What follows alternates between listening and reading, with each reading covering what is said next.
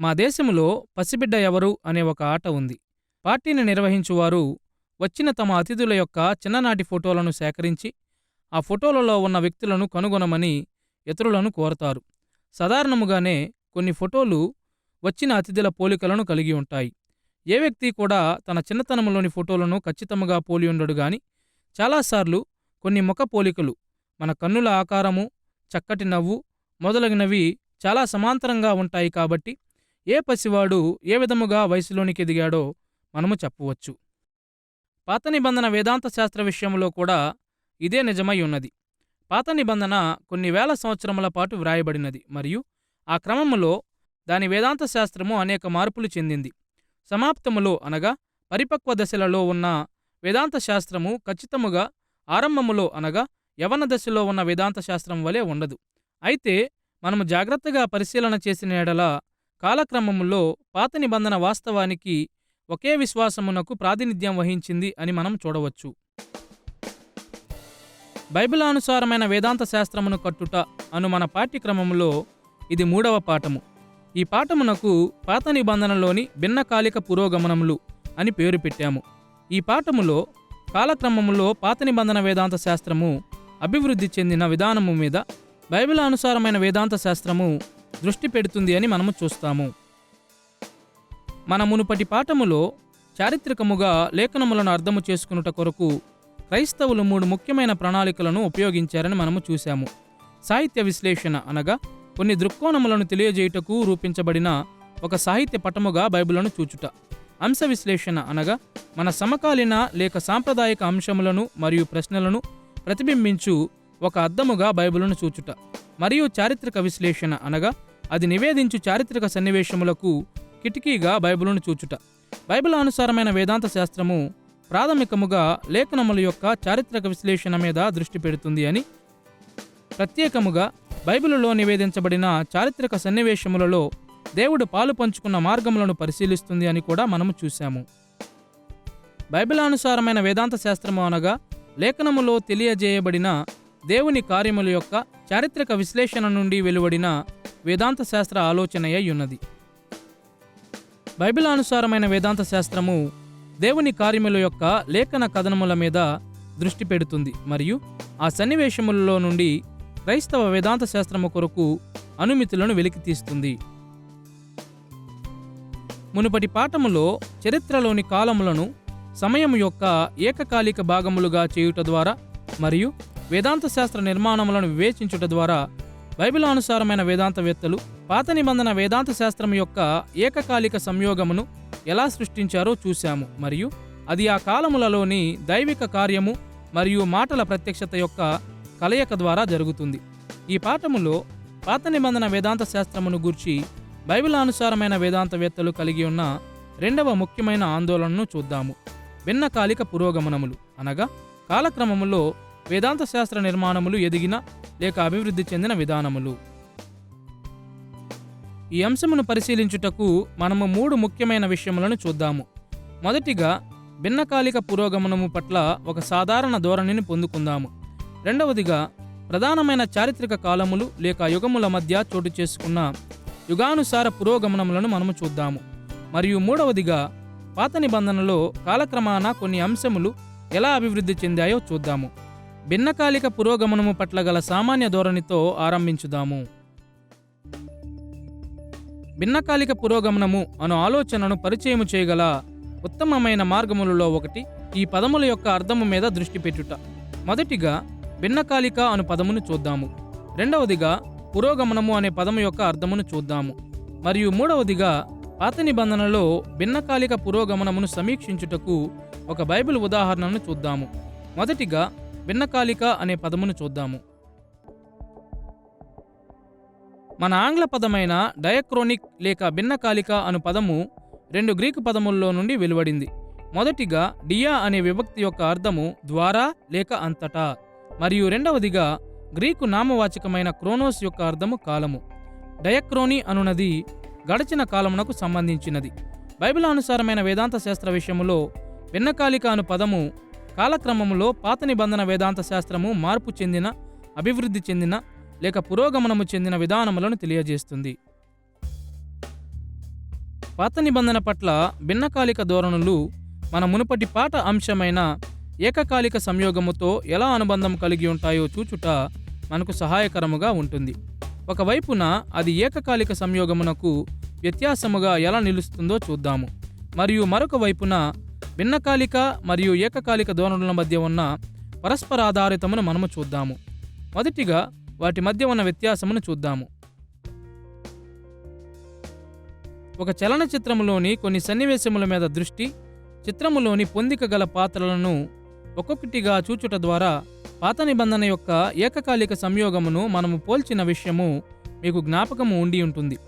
ఏకకాలిక సంయోగము బైబిల్ చరిత్రలోని నిర్ణీత కాలములలో వెలువడిన వేదాంత శాస్త్ర నిర్మాణముల మీద దృష్టి పెడుతుంది. ఒక కాలములో దేవుడు దేనిని బయలుపరిచాడు.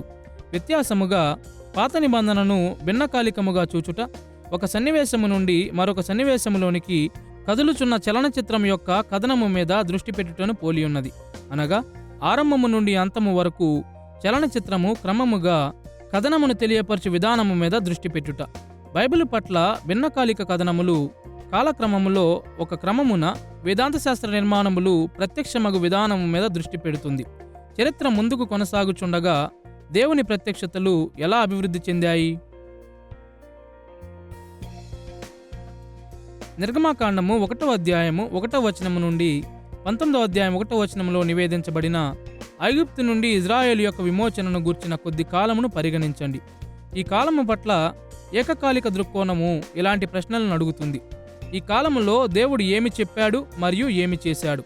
ఈ కాలమంతటిలో ఏ విధమైన వేదాంత శాస్త్ర నిర్మాణములు స్థాపించబడినవి? అయితే భిన్నకాలిక పద్ధతి వేదాంత శాస్త్ర నిర్మాణములలో కలిగిన మార్పుల మీద దృష్టి పెడుతుంది. అది ఇలాంటి ప్రశ్నలను అడుగుతుంది. ఈ కాలములో పలు విధములుగా దేవుడు కార్యము చేసినప్పుడు మరియు మాట్లాడినప్పుడు వేదాంత శాస్త్రములో ఎలాంటి మార్పులు జరిగాయి? మోషే యొక్క బాల్యము మొదలుకొని మండుచున్న పొద యొద్ద అతడు పిలుపును అందుకున్న వరకు ఏ వేదాంత శాస్త్ర పురోగమనములు సంభవించాయి? మండుచున్న పొద యొద్ద దేవుని ప్రత్యక్షత ఐగుప్తులో ఆయన చేయబోవు కార్యము కొరకు ఎలా ఎదురుచూసింది? పాత నిబంధనలోని ఈ భాగము పట్ల భిన్నకాలిక ధోరణులకు ఇవి మరియు ఇలాంటి అనేక ఇతర విషయములు కేంద్ర ప్రాముఖ్యతను సంతరించుకుంటాయి. భిన్నకాలిక మరియు ఏకకాలిక పద్ధతులు ఎంత భిన్నముగా ఉన్నట్లు అనిపించినప్పటికీ అవి చాలా వరకు పరస్పరాధారితమైనవి కూడా.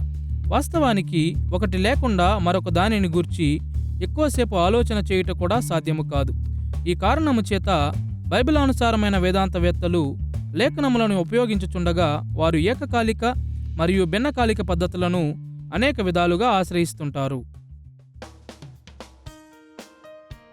మన దృక్కోణము తక్కువ కాలము నుండి ఎక్కువ కాలం వరకు వ్యాప్తి చెందుచుండగా ఏకకాలిక మరియు భిన్నకాలిక పద్ధతుల మధ్య మనం ఎలా ఎంచుకోవాలో పరిగణించుదాము.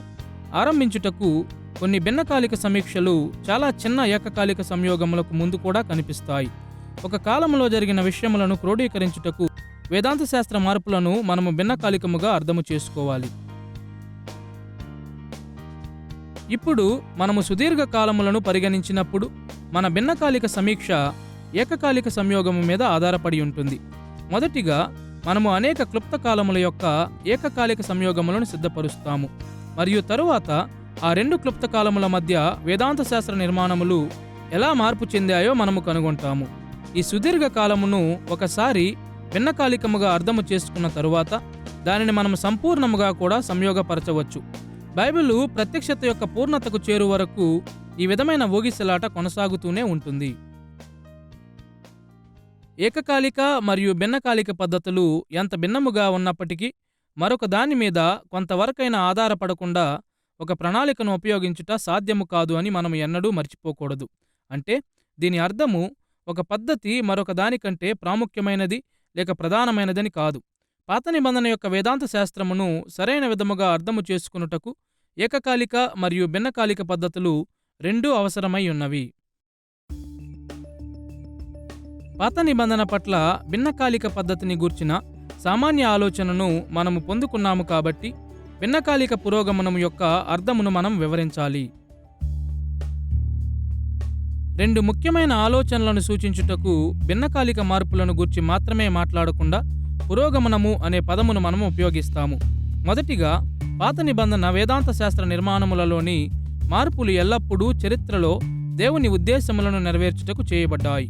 మరియు రెండవదిగా, మనము పురోగమనమును గూర్చి ఎందుకు మాట్లాడుతున్నామంటే, చరిత్రలో దేవుని యొక్క దైవకృత పాలుపంపుల ద్వారా మాత్రమే వేదాంత శాస్త్ర మార్పులు కలుగుతాయి. పాత నిబంధన వేదాంత శాస్త్రములోని ప్రతి మార్పు వెనుక ఉన్న దైవిక ఉద్దేశములను మొదట పరిగణిద్దాము. వేదాంత శాస్త్రంలో కలుగు మార్పులతో సహా చరిత్రలోని ప్రతి ఒక్కటి ఆయన సృష్టి పట్ల దేవుడు కలిగి ఉన్న విఫలము కాని ఉద్దేశములను ఎల్లప్పుడూ నెరవేరుస్తాయని లేఖనమంతా ఉద్ఘాటిస్తుంది. యెషయా గ్రంథం 46వ అధ్యాయం 10వ వచనము పాత నిబంధన అంతటా ఒకే విధమైన దృష్టికోణమును ప్రతిబింబిస్తుంది. అక్కడ ఇలా వ్రాయబడి ఉన్నది: నా ఆలోచన నిలుచుననియు నా చిత్తమంతయు నెరవేర్చుకునేదననియు చెప్పుకొనుచు ఆది నుండి నేనే కలుగబోవు వాటిని తెలియజేయుచున్నాను, పూర్వకాలము నుండి నేనే ఇంక జరుగని వాటిని తెలియజేయుచున్నాను. చరిత్ర ఎల్లప్పుడూ క్రమమును అనుసరించి దాని కొరకు దేవుడు ఏర్పరిచిన లక్ష్యములను చేరుతుంది అనే సామాన్య పాత నిబంధన దృక్కోణమును ఇది మరియు అనేక ఇతర లేఖన భాగములు బయలుపరుస్తాయి. చరిత్ర కొరకు దేవుడు కలిగి ఉన్న లక్ష్యములు కేవలము విశాలమైన దీర్ఘకాలిక లక్ష్యములు మాత్రమే గాక ప్రత్యేకమైన అల్పకాలిక లక్ష్యములుగా కూడా ఉనికిలో ఉన్నాయి. ఉదాహరణకు, ఇజ్రాయేలు మీద రాజుగా దావీదును నియమించుటలో దేవుడు కొన్ని ప్రత్యేకమైన అల్పకాలిక కారణములు కలిగియుండెను. ఒక శాశ్వతమైన రాజరికమును మరియు రాజధాని పట్టణమును స్థాపించుట ద్వారా ఆయన ఇజ్రాయేలు ప్రజలను ఐక్యపరచాలని కోరాడు. ప్రతి కాలములోనూ దేవుని అల్పకాలిక ఉద్దేశములను నెరవేర్చిన వేదాంత శాస్త్ర పురోగమనములు చోటు చేసుకున్నాయి. అయితే ఈ పాఠ్యక్రమం అంతటిలో మనము చూసినట్లుగా చరిత్ర కొరకు దేవుడు ఒక సమగ్రమైన రాజ్య ప్రణాళిక కూడా కలిగి ఉన్నాడు. ఆరంభము నుండి ఆయన పోలిక యొక్క కార్యము ద్వారా సమస్త భూమి మీద ఆయన పరలోక రాజ్యమును వ్యాపింపజేయుచు తనను తాను మహిమపరుచుకొనాలనేది ఆయన ప్రణాళిక అయ్యుండినది. మరియు ఈ ప్రణాళిక దేవుని ఉద్దేశములన్నిటినీ ఐక్యపరుస్తుంది. ఉదాహరణకు, ఇజ్రాయేలు కొరకు దేవుని ప్రణాళికలో దావీదు యొక్క రాజరికము అవ్యవధాన ఉద్దేశములను కలిగియుండిన దేవుని రాజ్యమును బూదిగంతముల వరకు వ్యాపింపజేయు గొప్ప లక్ష్యము వైపుకు అది ఒక మెట్టై ఉండినది. దావీదు సింహాసనం యొక్క స్థిరత్వము తండ్రి యొక్క మహిమకరమైన సన్నిధి కొరకు భూమిని సిద్ధపరచు పరిపూర్ణమైన నమ్మకమైన దావీదు కుమారుడైన క్రీస్తు రాకడకు రంగం సిద్ధం చేసింది. ఈ గొప్ప గమ్యమును దృష్టిలో ఉంచుకొని దేవుడు చరిత్రను ఆరంభించాడు మరియు చరిత్రలోని ప్రతి సన్నివేశము విఫలము కాకుండా ఈ మహిమకరమైన గమ్యమునకు చేరుతుంది.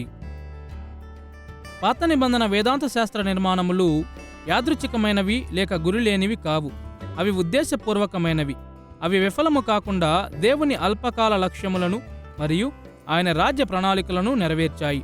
పాత నిబంధనలోని ఈ వేదాంత శాస్త్ర మార్పులను అర్థము చేసుకొనుట చరిత్రను మార్పు చెందని విధముగా దేవుని లక్ష్యముల వైపుకు నడిపించాయి అని తెలుసుకున్నాము. కాబట్టి ఇప్పుడు ఈ పురోగమనములు చరిత్రలో దేవుని యొక్క దైవకృతమైన పాలుపంపుల ద్వారా సంభవించాయని మనము గుర్తించాలి. మనము వివరాల మీద దృష్టి పెట్టినప్పుడు చాలాసార్లు పాత నిబంధన వేదాంత శాస్త్ర పురోగమనములు దూరము నుండి కనిపించు ఒక దారి వలె అగుపడుతుంటాయి.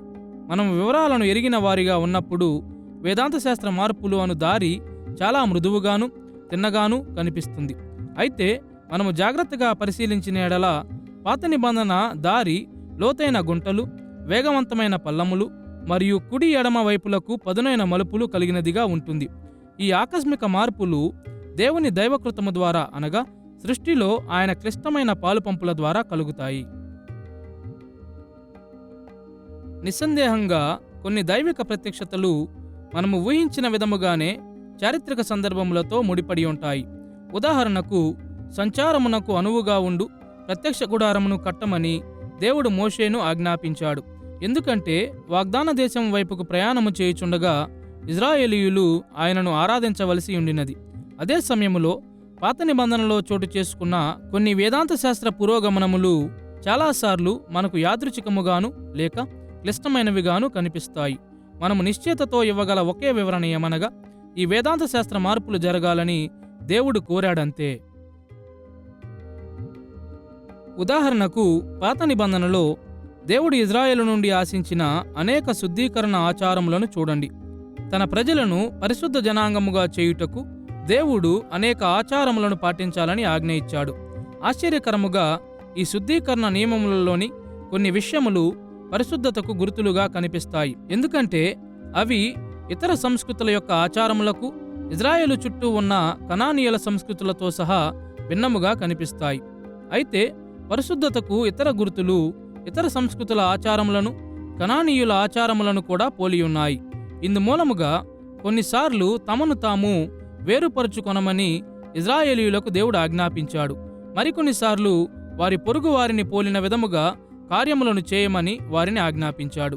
దేవుని ప్రత్యక్షత ఇలా ఎందుకు చేసింది? ఈ ప్రత్యక్షతలోని మార్పులకు గల కారణమేమిటి? వీటిని అర్థము చేసుకున్నటకు మనము కొన్ని ప్రయత్నాలు చేసినప్పటికీ చివరికి ఇది ఎందుకు జరుగుతుందో మనకు తెలియదు. ఆయన ప్రత్యక్షత ఈ విధముగా అభివృద్ధి చెందాలని దేవుడు నిర్ణయించాడు అనేది మాత్రమే మనకు నిశ్చయముగా తెలుసు. మానవులు మరియు ఇతర సంకల్పశక్తి గల సృష్టములు తీసుకున్న ఎంపికలకు దేవుడు స్పందించిన విధానము మూడవ రకమైన వేదాంత శాస్త్ర పురోగమనమునకు దారితీసింది. ఉదాహరణకు, ఇజ్రాయేలు చరిత్ర మానవ వైఫల్యములతో నిండి ఉన్నది మరియు అది కొన్ని వేదాంత శాస్త్ర పురోగమనములను కలిగించు రీతిలో దేవుడు తనను తాను బయలుపరుచుకున్నటకు దారితీసింది. వాటిలో కొన్ని ఏమనగా, నిర్గమములోని మొదటి తరము వారికి దేవుడు వాగ్దాన దేశమును స్వాధీనపరుచుకుని భాగ్యం ఇచ్చాడు గాని వారి దైవదూషణ వారి తిరస్కరణకు దారితీసింది. పశ్చాత్తాపపడి ఆయన తీర్పును తప్పించుకున్నటకు దేవుని ప్రవక్తలు ఇజ్రాయేలుకు ఒక అవకాశమును ఇచ్చారు. కానీ ఇజ్రాయేలు యొక్క తిరుగుబాటు దేవుడు వారిని చెరలోనికి పంపినట్లు చేసింది. అవును, ఈ మానవ అవకాశములలో ఏవీ కూడా దేవుని యొక్క సార్వభౌమ నియంత్రణకు వెలుపల లేవు. అయినను లేఖనములో మరలా మానవ దృక్కోణము ప్రకారము అనేక వేదాంత శాస్త్ర పురోగమనములు మానవులు మరియు ఇతర సంకల్ప శక్తి గల సృష్టములు చేసుకున్న ఎంపికల ఆధారముగా సంభవించాయి. అది దేవుని ఉద్దేశములను నెరవేర్చుచున్నది కాబట్టి పాత నిబంధన వేదాంత శాస్త్రము పురోగమనము చెందుచున్నది అని మనము మాట్లాడుట సరైనదే అయినప్పటికీ ఈ పురోగమనము ఎంత సంక్లిష్టమైనదో కూడా మనము మనసులో పెట్టుకోవాలి. దేవుడు తన కార్యము ద్వారా మరియు తన మాటల ద్వారా అనేక విధములుగా తనను తాను బయలుపరుచుకున్నాడు మరియు ఈ కారణము చేత పాత నిబంధన వేదాంత శాస్త్రంలోని పురోగమనములు కూడా అనేక విధములుగా జరిగాయి. ఈ సమయములో బైబిల్లోని పాత్రలు లేక రచయితలు లేఖనములను భిన్నకాలికముగా పరిగణించిన బైబిల్ ఉదాహరణను మనము చూడవలసి ఉన్నది. మన ఉద్దేశముల కొరకు భిన్నకాలిక పురోగమనముల పట్ల మనము కలిగి ఉన్న ఆసక్తిని ఉదాహరించు మరియు క్రమపరచు ఒక ఉదాహరణను మాత్రమే మనము చూద్దాము. మత్తయి సువార్త 19వ అధ్యాయం 3వ వచనములో కొంతమంది పరిసయ్యులు ఈ ప్రశ్నను అడిగి యేసును పరీక్షించారు. ఏ హేతువు చేతనైనను పురుషుడు తన భార్యను విడనాడుట న్యాయమా? ఇక్కడ వారు అడిగిన ప్రశ్న యేసు దినములలో రబ్బీల పాఠశాలలలో ఎక్కువగా చర్చించబడేది మరియు వారి మధ్య భిన్నాభిప్రాయాలు ద్వితీయోపదేశకాండములో మోషే బోధన మీద ఆధారపడి ఉండేవి. ద్వితీయోపదేశకాండము 24వ అధ్యాయము 1వ వచనములో మోషే వ్రాసిన మాటలను వినండి. ఒకడు స్త్రీని పరిగ్రహించి ఆమెను పెండ్లి చేసుకునిన తరువాత ఆమె యందు మానభంగ సూచన ఏదో ఒకటి అతనికి కనబడినందున ఆమె మీద అతనికి ఇష్టము తప్పిన ఎడల అతడు ఆమెకు పరిత్యాగ పత్రము వ్రాయించి ఆమె చేతికిచ్చి తన ఇంట నుండి ఆమెను పంపివేయవలెను. యేసు దినములలో మానభంగ సూచన అనే పదము యొక్క అర్థమును గూర్చి పెద్ద వివాదము తలెత్తింది. భర్తను నొప్పించిన ఏ కారణమైనా విడాకులకు మాన్యమైన కారణమని ఈ వ్యక్తీకరణ తెలియజేస్తుంది అని కొందరు రబ్బీలు నమ్మారు. కానీ మరికొందరు ఈ పదమును జారత్వము అనే అర్థము వచ్చు విధముగా మాత్రమే అనువదించారు. మత్తయి సువార్త 19వ అధ్యాయము 4 నుండి 6 వచనాలలో యేసు మొదటిగా పరిసయ్యులకు స్పందించిన విధానమును వినండి. ఆయన సృజించిన వాడు ఆది నుండి వారిని పురుషునిగాను స్త్రీనిగాను సృజించెననియు ఇందు నిమిత్తము పురుషుడు తల్లిదండ్రులను విడిచి తన భార్యను హత్తుకొనును, వారిద్దరును ఏకశరీరముగా ఉందురని చెప్పెననియు మీరు చదవలేదా?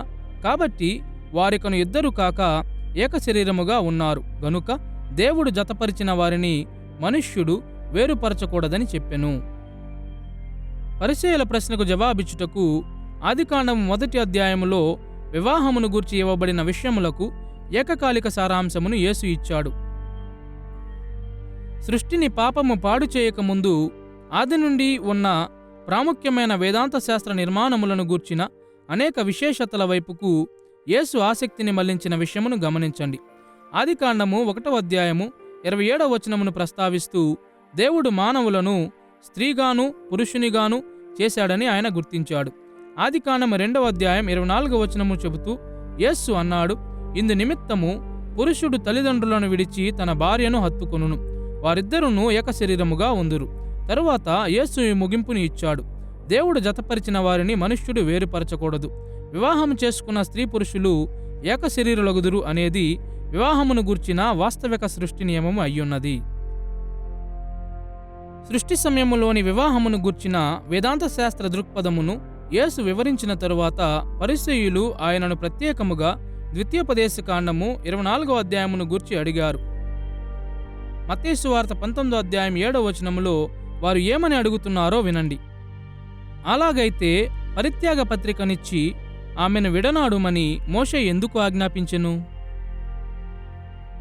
మొదటి శతాబ్దములోని నమ్మకములకు అనుగుణంగా వివాహమును గూర్చి మోషే బోధనలు ఆదియందు దేవుడు నియమించిన వేదాంత శాస్త్ర నిర్మాణములకు అనుగుణంగా ఉన్నాయని యేసుకు మరియు పరిసయ్యులకు తెలుసు.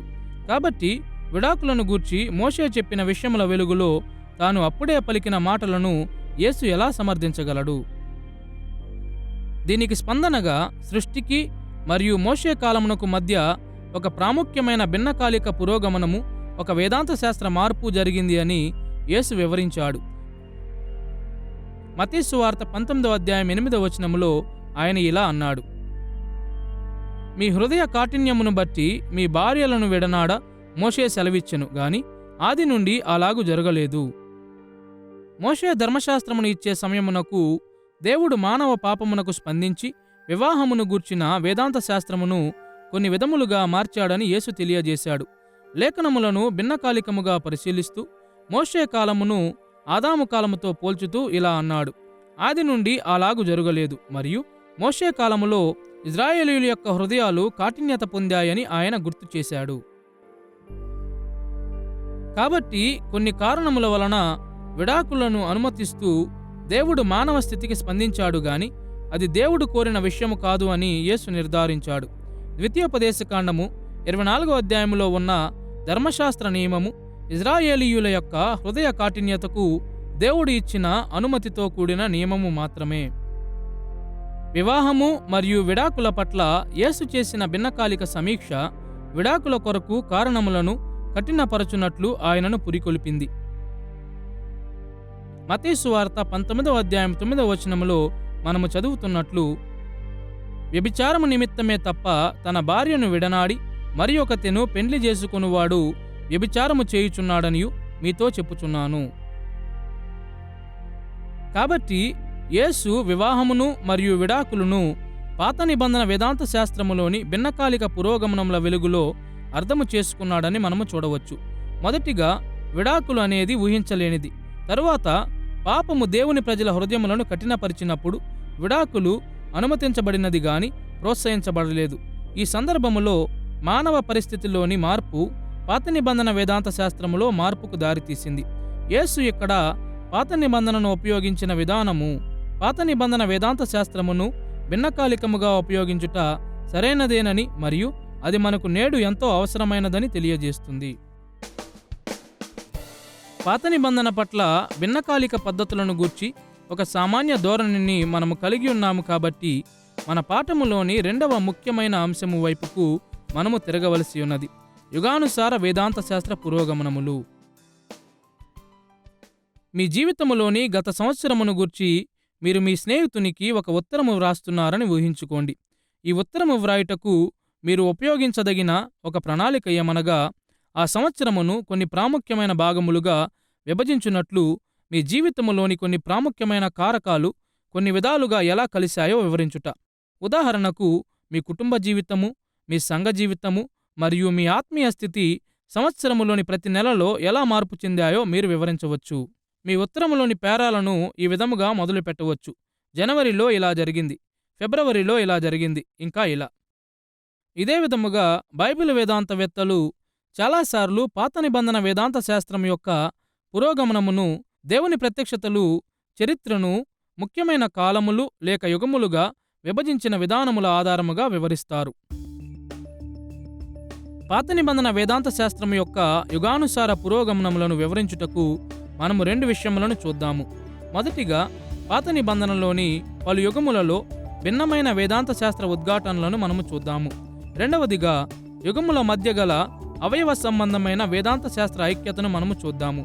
ప్రత్యేకమైన వేదాంత శాస్త్ర ఉద్ఘాటనలు కలిగిన యుగములుగా పాత నిబంధన ఎలా విభజించబడుతుందో మొదట చూద్దాము.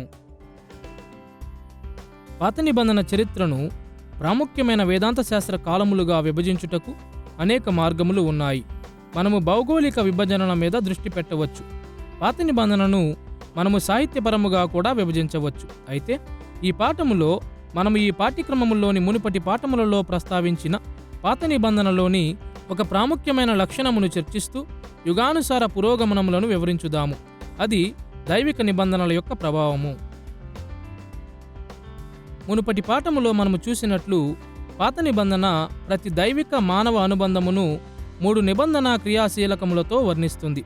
దైవిక ఉపకారం యొక్క ప్రదర్శన, దేవుని పట్ల మానవులు కలిగి ఉండవలసిన రాజభక్తి, మరియు విధేయతకు ఆశీర్వాదములు మరియు అవిధేయతకు శాపముల ఫలితములు.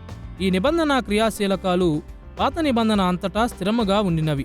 కాబట్టి పాత నిబంధన చరిత్రలో అగుపడు వేదాంత శాస్త్ర నిర్మాణములను క్రమపరచుటకు అవి ఉపయోగకరముగా ఉంటాయి. అయితే పాత నిబంధన ఈ సామాన్య దృష్టిలో మాత్రమే నిబంధనానుసారమైనది కాదు. భిన్నమైన వేదాంత శాస్త్ర ఉద్ఘాటనలతో దేవుడు 6 సార్లు ముఖ్యమైన నిబంధనలను స్థాపించాడు.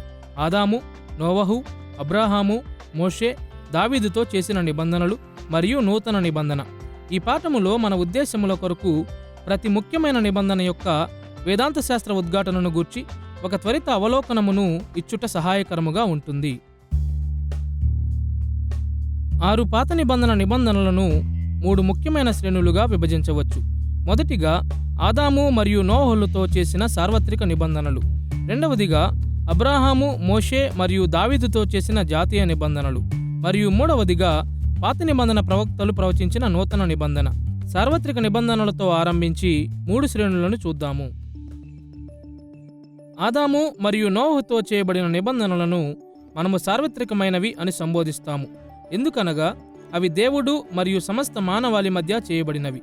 కాబట్టి ఈ నిబంధనల యొక్క వేదాంత శాస్త్ర నిర్మాణములు దేవుడు మరియు సమస్త ప్రజల మధ్య ఉన్న అనుబంధమును గూర్చి అనేక విషయములను తెలియజేస్తాయి.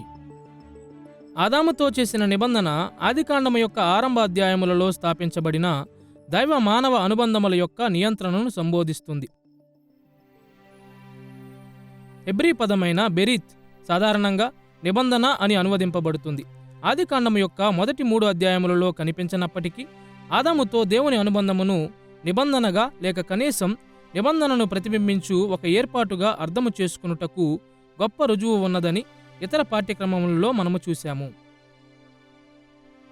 మొదటి దైవ నిబంధన పరిపాలనలో లేఖనమంతటిలో ఈ నిబంధన యొక్క వేదాంత శాస్త్ర ఉద్ఘాటన ఎంత మౌలికముగా ఉన్నదంటే దానిని మనము పునాదుల నిబంధన అని పిలవవచ్చు. ఆదాము మొదలుకొని నోవహు దినముల వరకు బయలుపరచబడిన ప్రతి వేదాంత శాస్త్ర నిర్మాణము ఆదాము నిబంధనలోని ఉద్ఘాటన ద్వారా బహుగా ప్రభావితము చెందింది. పాపమునకు ముందు మానవాళిని తోటలో ఉంచుట ద్వారా దేవుడు ఎంత ఉపకారిగా ఉండెనో మరియు పాపము తరువాత మానవాళికి చెడు మీద నిత్య జీవమును వాగ్దానము చేయుట ద్వారా దేవుడు ఎంత కరుణగలవాడో అవి ఉద్ఘాటించాయి.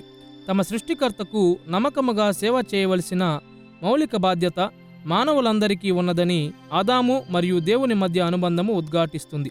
అంతేగాక దేవుడు ఆజ్ఞాపించిన దానికి విధేయత చూపుటకు లేక అవిధేయత చూపుటకు మానవులు చేయు ఎంపిక ద్వారా వారికి కలుగు ఆశీర్వాదములు మరియు శాపములను గూర్చి ఆదికాండములోని ఈ అధ్యాయములు ఉదహరిస్తాయి.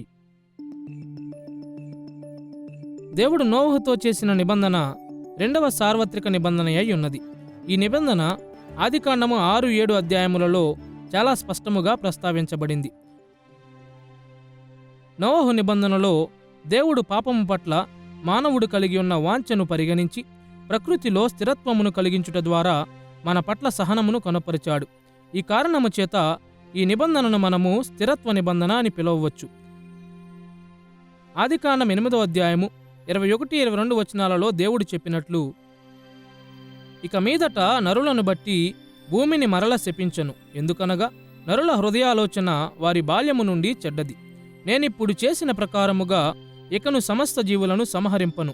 భూమి నిలిచియున్నంత వరకు వెదకాలమును, కోతకాలమును, శీతోష్ణములను, వేసవి శీతాకాలములను, రాత్రింబగళ్ళను ఉండక మానవని తన హృదయములో అనుకునెను. 21వ వచనం చెబుతున్నట్టు, నరుల హృదయాలోచన వారి బాల్యము నుండి చెడ్డది అనే వాస్తవమును దేవుడు పరిగణించాడు. కాబట్టి మానవుల యొక్క స్థిరమైన పాప స్వభావమునకు స్పందనగా విమోచించబడిన మానవాళి ఆయన ఉద్దేశములను నెరవేర్చున్నట్లు ప్రకృతి పట్ల ఒక నూతనమైన సామాన్య కృపను కలిగించు ఒక దీర్ఘకాలిక ప్రణాళికను దేవుడు స్థాపించాడు. మనము పడినను తిరిగి లేచి ఆయనను సేవించుటకు వీలుగా ఒక భద్రమైన, ఊహించదగిన ప్రాకృతిక లోకమును స్థాపించుట ద్వారా దేవుడు దీనిని చేశాడు. నోవహు నిబంధనలోని క్రియాశీలకముల యొక్క గురి నోవహు మొదలుకొని అబ్రాహాము వరకు ఉన్న ప్రతి దైవిక ప్రత్యక్షతలో కనిపించాయి. ఈ కాలములోని ప్రతి దైవ మానవ సంకర్షణ ప్రకృతిలో సుదీర్ఘమైన స్థిరత్వము అను దేవుని ఉపకారము ద్వారా ప్రతి మానవుడు దేవుని పట్ల మరియు ఆయన ఉద్దేశముల పట్ల కలిగి ఉండవలసిన రాజభక్తి యొక్క అవసరత ద్వారా మరియు భూమి యందు వ్యాపించుచు పలు దేశములను స్థాపించుచుండగా ఆశీర్వాదములు మరియు శాపముల యొక్క పరిణామములను మానవులు ఎదుర్కొన్న విశేషమైన మార్గముల ద్వారా ప్రభావితము చెందాయి. సార్వత్రిక నిబంధనల తర్వాత తన విశేష జనాంగమైన ఇజ్రాయేలుతో దేవుడు జాతీయ నిబంధనలను స్థాపించాడు. అబ్రహాము, మోషే మరియు దావీదులతో చేసిన నిబంధనలు. చరిత్రలోని ఈ ఘట్టములలో దేవుడు తన నిబంధనా ధ్యాసను కేవలము ఒక జాతి ప్రజలకు పరిమితము చేసి మిగిలిన మానవాళి అంతటినీ దేవుని సేవలోనికి నడిపించు దేశముగా ఇజ్రాయేలును స్థాపించాడు. దేవుడు అబ్రహాముతో చేసిన నిబంధనను గూర్చి మనకు ఆదికాండము 15వ మరియు 17వ అధ్యాయములో సువిదితమైన ఉల్లేఖనము ఉన్నది. అబ్రహాముతో చేసిన నిబంధన ఇజ్రాయేలు యొక్క సంఖ్యాభివృద్ధిని గూర్చి మరియు వాగ్దాన దేశమును స్వాధీనపరుచుకున్నటను గూర్చి వాగ్దానము చేస్తుంది మరియు దాని నుండి ఇజ్రాయేలు దేవుని ఆశీర్వాదములను లోకమంతటా వ్యాపింపజేయవలసి ఉండినది. ఈ కారణాన్ని బట్టి అబ్రహాముతో చేయబడిన నిబంధనను వాగ్దాన నిబంధనగా గుర్తించవచ్చు. అబ్రహాము మరియు మోషే కాలముల మధ్య ఉన్న సమయమును గూర్చి మనము ఏమి చదివినా అబ్రహాముతో దేవుని నిబంధన యొక్క ఉద్ఘాటన ఆ కాలమంతటినీ నింపింది అని మనము కనుగొంటాము. అబ్రహాము మరియు అతని వంశము పట్ల దేవుడు చూపిన విశేషమైన ఉపకారము, పితరుల నుండి ఆయన ఆశించిన రాజభక్తి మరియు ఇజ్రాయేలు పితరుల మీద ఆయన ఆశీర్వాదములు మరియు శాపములను గుర్చిన ఉదాహరణలు మరలా కనిపిస్తాయి. వారిని సీనాయి యొద్దకు తెచ్చినప్పుడు మోషే ద్వారా దేవుడు ఇజ్రాయేలుతో రెండవ నిబంధన చేశాడు. దేవుడు మోషే ద్వారా ఇజ్రాయేలుతో చేసిన నిబంధనను గూర్చిన ప్రాథమిక రికార్డు మనకు నిర్గమకాండము 19 నుండి 24 అధ్యాయాల్లో కనబడుతుంది. దేవుడు 12 గోత్రములను సేకరించి వారికి 10 ఆజ్ఞలను మరియు నిబంధన గ్రంథమును ఇచ్చుట ద్వారా వారిని రాజకీయ పరముగా ఏకరాజ్యముగా చేసిన విషయములను ఈ అధ్యాయములు ఉద్ఘాటిస్తాయి. ఈ కారణాన్ని బట్టి మోషేతో చేయబడిన నిబంధన ధర్మశాస్త్ర నిబంధన అని పిలువబడవచ్చు. మోషే మరియు దావీదు మధ్య కాలములో బయలుపరచబడిన వేదాంత శాస్త్ర నిర్మాణములు మోషేతో దేవుడు చేసిన నిబంధన ఉద్ఘాటన ద్వారా బహుగా ప్రభావితము చేయబడినవి. ధర్మశాస్త్రము ఇజ్రాయేలు పట్ల దేవుడు చేసిన ఉపకారముగా ఇవ్వబడినది. ఇజ్రాయేలు దేవునికి నమ్మకముగా ఉండవలసిన మార్గములను ధర్మశాస్త్రము తెలియజేసింది. ఆశీర్వాదములు మరియు శాపముల యొక్క పరిణామాలు మోషే ధర్మశాస్త్ర ఆధారముగా ఇజ్రాయేలు యొక్క ఆదిమ జాతీయ చరిత్రలో ప్రత్యక్షపరచబడినవి. తరువాత దావీదు పరిపాలనలో ఇజ్రాయేలు ఒక సంపూర్ణ రాజ్యముగా మార్చబడినప్పుడు దేవుడు దావీదుతో ఒక నిబంధనను చేశాడు. దావీదు జీవితంలోని ఏ సమయములో దేవుడు ఈ నిబంధనను అధికారికముగా స్థాపించాడో మనకు తెలియదు గాని 2వ సమూయేలు గ్రంథం 7వ అధ్యాయము, 1 దినవృత్తాంతముల గ్రంథం 17వ అధ్యాయము, 89వ కీర్తన మరియు 132వ కీర్తన వంటి వాక్య భాగములు దావీదుతో చేసిన నిబంధనలోని మౌలిక విషయములను తెలియజేస్తాయి. దావీదుతో చేయబడిన నిబంధన ఇజ్రాయేలులో రాజరికము మీద ఉద్ఘాటన పలికింది. ఇంకా స్పష్టముగా చెప్పాలంటే అది దావీదు యొక్క రాజరిక వంశము నిత్యము నిలుచుటను గూర్చి, ఇజ్రాయేలు రాజధానిగా యెరూషలేమును గూర్చి మరియు దేవాలయములో ఆరాధనను గూర్చి వాగ్దానము చేసింది. దేవుని నుండి దూరమైనప్పుడు దావీదు వంశంలోని ప్రతి ఒక్కరూ శ్రమ పొందవలసి ఉన్నప్పటికీ ఇజ్రాయేలు సింహాసనము మీద నిత్యం ఉండునట్లు దావీదు కుటుంబమును దేవుడు ఎన్నుకొన్న విషయము ఎన్నడూ విడనాడబడదు. ఈ కారణాన్ని బట్టి దేవుడు దావీదుతో చేసిన నిబంధనను మనము రాజత్వమును గూర్చిన నిబంధన అని పిలవవచ్చు. దావీదు రాజరిక నిబంధన యొక్క క్రియాశీలకములు దావీదు కాలము నుండి పాత నిబంధన ముగింపు కాలము వరకు ఉన్న వేదాంత శాస్త్ర నిర్మాణములను బహుగా ప్రభావితము చేశాయి. దావీదు గృహము ద్వారా మరియు దావీదు గృహమునకు దేవుడు అనేక విధములుగా దయను చూపాడు. ఆయన దావీదు వంశములోని రాజుల నుండి మరియు వారి అధికారములో ఉన్న దేశము నుండి రాజభక్తిని ఆశించాడు. ఇజ్రాయేలుకు మరియు ఇతర దేశముల కొరకు ఆశీర్వాదములు మరియు శాపముల పరిణామాలు ప్రత్యక్షంగానైనా పరోక్షంగానైనా దావీదు యొక్క రాజవంశమునకు ముడిపడి ఉన్నాయి. సార్వత్రిక మరియు జాతీయ నిబంధనల యొక్క ఉద్ఘాటనలను మనసులో ఉంచుకుని పాత నిబంధనలో ప్రస్తావించబడిన చివరి ముఖ్య నిబంధన అయిన నూతన నిబంధనను మనము చూడవలసి ఉన్నది. పాత నిబంధన యొక్క తదుపరి చరిత్రలో ఇజ్రాయేలు చెరలోనికి వెళ్లిన సమయమును ఇజ్రాయేలులోని ప్రవక్తలు ఎదుర్కొన్నారు. అయితే చెర తర్వాత స్థాపించబడబోవు నిబంధనను గూర్చి వారు మాట్లాడారు. ఆ కాలములో ఇజ్రాయేలు పాపములను ఒప్పుకుంటుంది మరియు దేవుడి చరిత్రను అంతిమ ఘట్టములోనికి నడిపిస్తాడు. ఈ ఆశీర్వాదములతో పాటుగా దేవుడు తన ప్రజలతో ఒక అంతిమ నిబంధనను స్థాపిస్తాడని ప్రవక్తలు తెలియజేశారు. ఈ అంతిమ నిబంధనను గూర్చి బైబిలులో అనేక చోట్ల ప్రస్తావించబడింది. కానీ క్రొత్త నిబంధనను గూర్చి ఇర్మియా గ్రంథము 31వ అధ్యాయము 31వ వచనములో ఇర్మియా సూటిగా ఎలా మాట్లాడుతున్నాడో వినండి. ఇదిగో, నేను ఇజ్రాయేలు వారితోనూ యూదా వారితోనూ క్రొత్త నిబంధన చేయు దినములు వచ్చుచున్నవి, ఇదే యెహోవా వాక్కు. చెర తరువాత ఆయన ప్రజలను పునర్స్థాపిస్తాననే వాగ్దానమును మరియు బూదిగంతముల వరకు ఆయన రాజ్యమును వ్యాపింపజేస్తాననే వాగ్దానమును దేవుడు నెరవేర్చినప్పుడు నూతన నిబంధన రూపొందించబడినది. మరియు ఈ కారణము చేత నూతన నిబంధనను మనము నెరవేర్పు నిబంధన అని పిలవవచ్చు. ఈ నూతన నిబంధనను గూర్చి రానున్న పాఠములలో మరింత క్షుణ్ణంగా పరిశీలిద్దాము. కానీ ఈ సమయములో అది ఎలా బహిర్గతమైనదో క్రోడీకరించుదాము. ఈ నెరవేర్పు యుగము క్రీస్తు యొక్క మొదటి రాకడతో ఆరంభమైనది అని క్రొత్త నిబంధన మనకు తెలియజేస్తుంది. శిలువ మీద ఆయన చేసిన విమోచన కార్యము, ఆయన పునరుద్ధాన విజయము, ఆయన ఆరోహణము, పెంతెకోస్తు దినమున పరిశుద్ధాత్మ కుమ్మరింపు మరియు అపోస్తుల యొక్క కార్యములు, ఈ సన్నివేశములన్నీ బైబిల్ చరిత్రలో ఒక నూతన యుగమును ఆరంభించాయి. మన రోజులలో సువార్త ద్వారా క్రీస్తు యందు విశ్వాసము బూదిగంతముల వరకు వ్యాపించుచుండగా ఈ నూతన నిబంధన యొక్క కొనసాగింపును మనము అనుభవిస్తాము.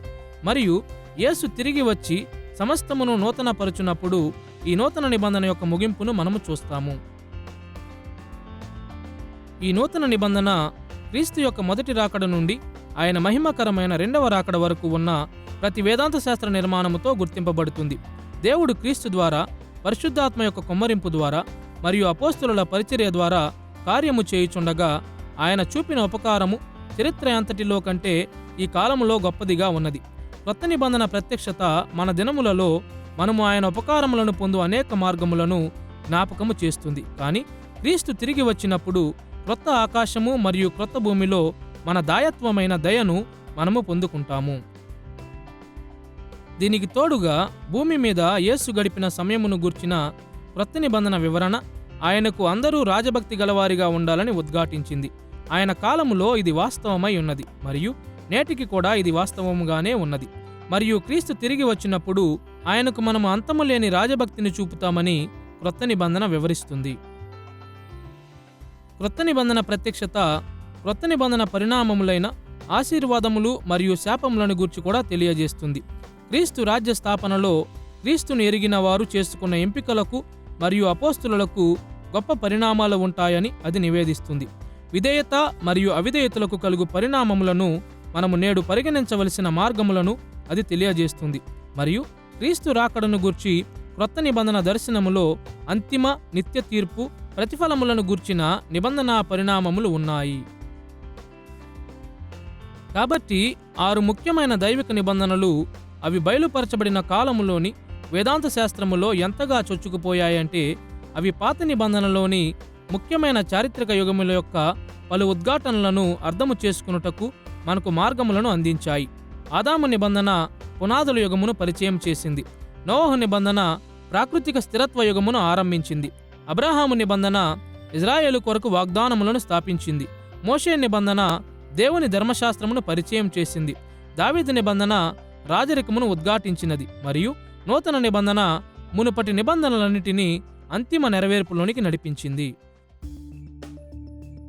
ప్రతి నిబంధనా యుగములో భిన్నమైన ఉద్ఘాటనలు ఉన్నప్పటికీ ఈ యుగములలోని వేదాంత శాస్త్రం యొక్క అవయవ సంబంధమైన ఐక్యతను గూర్చి కూడా మనము మాట్లాడవచ్చు. పాత నిబంధన చరిత్రలోని యుగములు ఒకదానితో ఒకటి పూర్తిగా భిన్నముగా లేవు. బదులుగా ఒక సజీవమైన జీవిలోని ఎదుగుదల స్థాయిల వలె అవి ఒకదానితో ఒకటి కొనసాగింపును కనుపరిచాయి. ఈ అవయవ సంబంధమైన ఐక్యతను గూర్చి మరి ఎక్కువగా అర్థము చేసుకొనుటకు పలు నిబంధనా యుగముల మధ్య ఉన్న అనుబంధములోని 3 అంశములను మనము పరిశీలిద్దాము. మొదటిగా, దేవుని రాజ్యం యొక్క పరిపాలకులుగా పాత నిబంధన నిబంధనలు ఎలా ఐక్యపరచబడినవో మనము చూద్దాము. రెండవదిగా, తదుపరి నిబంధనలకు మునుపటి నిబంధనలు ఇచ్చిన అధికారమును చూద్దాము. మరియు మూడవదిగా, మునుపటి నిబంధనలను తదుపరి నిబంధనలకు అన్వయించవలసిన అవసరతను గూర్చి మాట్లాడదాము. ఆయన రాజ్య పరిపాలకులుగా దేవుని నిబంధనల ఐక్యతను మొదటిగా చూద్దాము. లేఖనములోని ముఖ్యమైన దైవిక నిబంధనలు పలు చారిత్రక ఘట్టములలో దేవుడు రాజ్యమును పాలించుటకు ముఖ్యమైన మార్గములుగా పనిచేశాయి. పాత నిబంధన చరిత్ర లోకమంతటా దేవుని పరిపాలనను వ్యాపింపజేయు గమ్యము వైపుకు కొనసాగగా, పలు సమయాలలో పలు విధములుగా ఆయన రాజ్యములోని జీవితమును నడిపించుటకు దేవుడు పలు నిబంధనలను స్థాపించాడు. అయితే పాత నిబంధనలోని నిబంధనలన్నీ ఒకే అంతిమ లక్ష్యము కలిగినవిగా ఉన్నాయి. అది భూమి అందంతటా దేవుని మహిమగల రాజ్యమును వ్యాపింపజేయుట. నిబంధనల యొక్క ఈ పరిపాలనా కార్యము నిబంధనల మధ్య గొప్ప ఐక్యతను ఆశించున్నట్లు మనలను పురికొల్పుతుంది. అవి ఒకదానితో ఒకటి భిన్నముగా ఉన్నందున పరిగణ కోల్పోయిన వేర్వేరు కార్యక్రమములు కాదు. అవి ఒకే రాజ్య ఉద్దేశము ద్వారా విడదీయలేని విధముగా జతపరచబడినవి. వాస్తవానికి పాత నిబంధనలు సంక్రమించు వరస వాటి మధ్య ఉన్న ఐక్యతను బలపరుస్తుంది.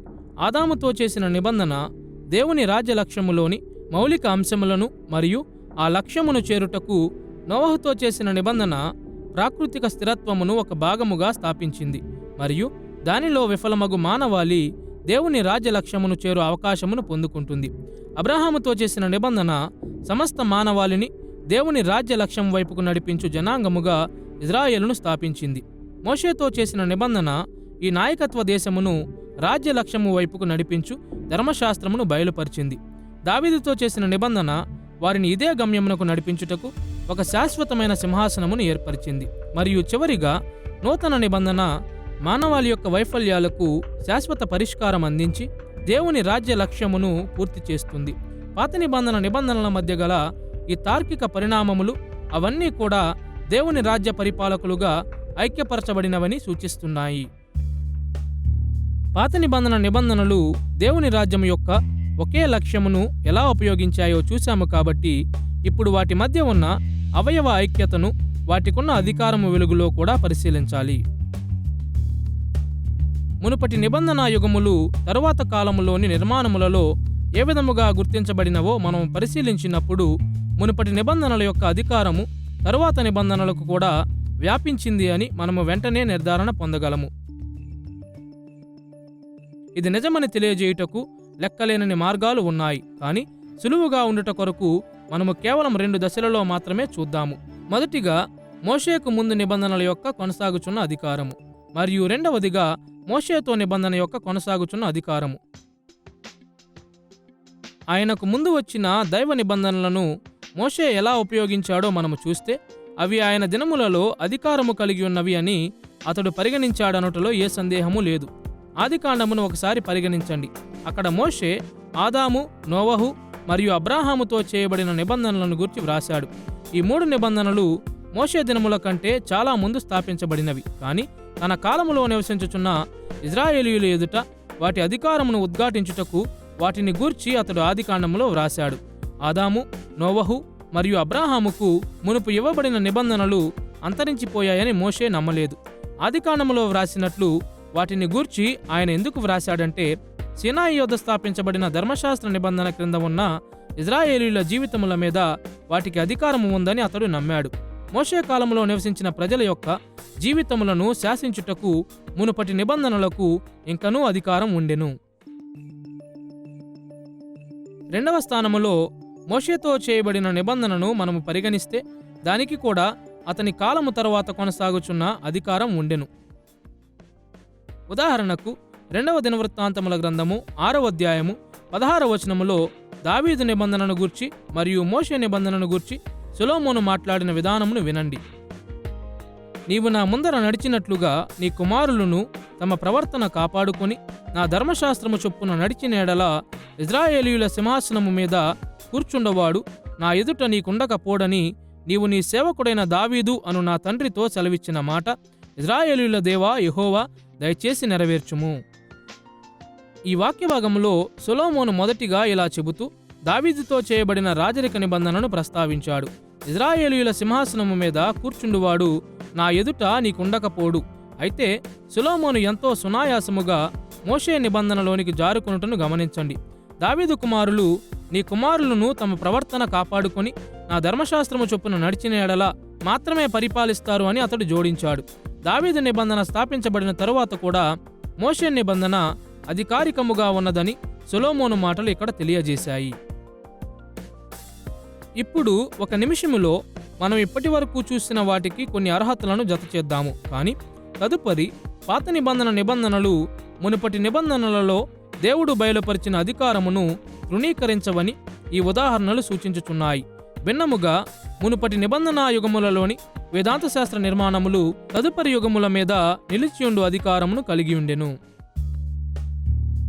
ఇప్పుడు మునుపటి నిబంధనల యొక్క నిలిచియుండు అధికారమును గుర్తించుట ఎంత ప్రాముఖ్యమో మునుపటి నిబంధనల యొక్క వేదాంత శాస్త్రమును తదుపరి యుగములలోనికి వ్యాపింపజేయుటకు శ్రద్ధగల అన్వయింపు యొక్క అవసరత ఎంతో ఉన్నదని కూడా మనము గుర్తించాలి. మునుపటి యుగములలోని నియమాలను తదుపరి కాలములకు ఉచితముగా ఉండి విధముగా అన్వయించాలి. దీనిని గూర్చి ఈ విధముగా ఆలోచించండి. మనము పిల్లలకు కొన్ని హెచ్చరికలను ఇచ్చినప్పుడు ఆ హెచ్చరికలు వారి వయస్సులకు అనుగుణముగా ఉండాలి అని తల్లిదండ్రులందరికీ తెలుసు. ఉదాహరణకు 4 సంవత్సరముల బిడ్డకు స్టవ్ని అంటుకోవద్దు అని మనమంతా చెబుతాము. అయితే ఒకసారి ఊహించుకోండి, ఒకరోజు ఉదయానే మీరు మీ 18 ఏళ్ల కూతురుని వంట చేయమని అడిగితే ఆమె నేను చేయలేను, నువ్వే కదా నన్ను స్టవ్ అంటుకోవద్దని చెప్పావు అని అన్నది. అప్పుడు మీరు ఎలా స్పందిస్తారు? మీరు ఈ విధంగా అనవచ్చు, నువ్వు ఇంకా 4 ఏళ్ల పిల్లవు కాదు, ఇప్పుడు నువ్వు స్టవ్ను ముట్టుకోవచ్చు. అయితే ఒకవేళ ఆమె నిర్లక్ష్యంగా ఉండి చేయి కాల్చుకుంది అనుకుందాం. అప్పుడు మీరు నువ్వు ఎందుకు జాగ్రత్తగా ఉండలేదు, స్టవ్లు అపాయకరమైనవి నీకు చెప్పాను గదా అని అనవచ్చు. అయితే ఆమె స్టవ్లు అపాయకరమైనవి అని నీవు ఎన్నడూనూ నాతో అనలేదు అని అంటే దానికి మీరు ఎలా స్పందిస్తారు? మీరు సరిగానే ఇలా అనవచ్చు, నీకు స్టవ్ ముట్టుకోవద్దని చెప్పిన ప్రతిసారి స్టవ్లు అపాయకరమైనవి అని నిన్ను నేను హెచ్చరించాను. మీ కూతురుతో ఈ విధముగా మాట్లాడుతుండగా ఆమెకు మీరు 2 ముఖ్యమైన ఆలోచనలను తెలియజేయుచున్నారు.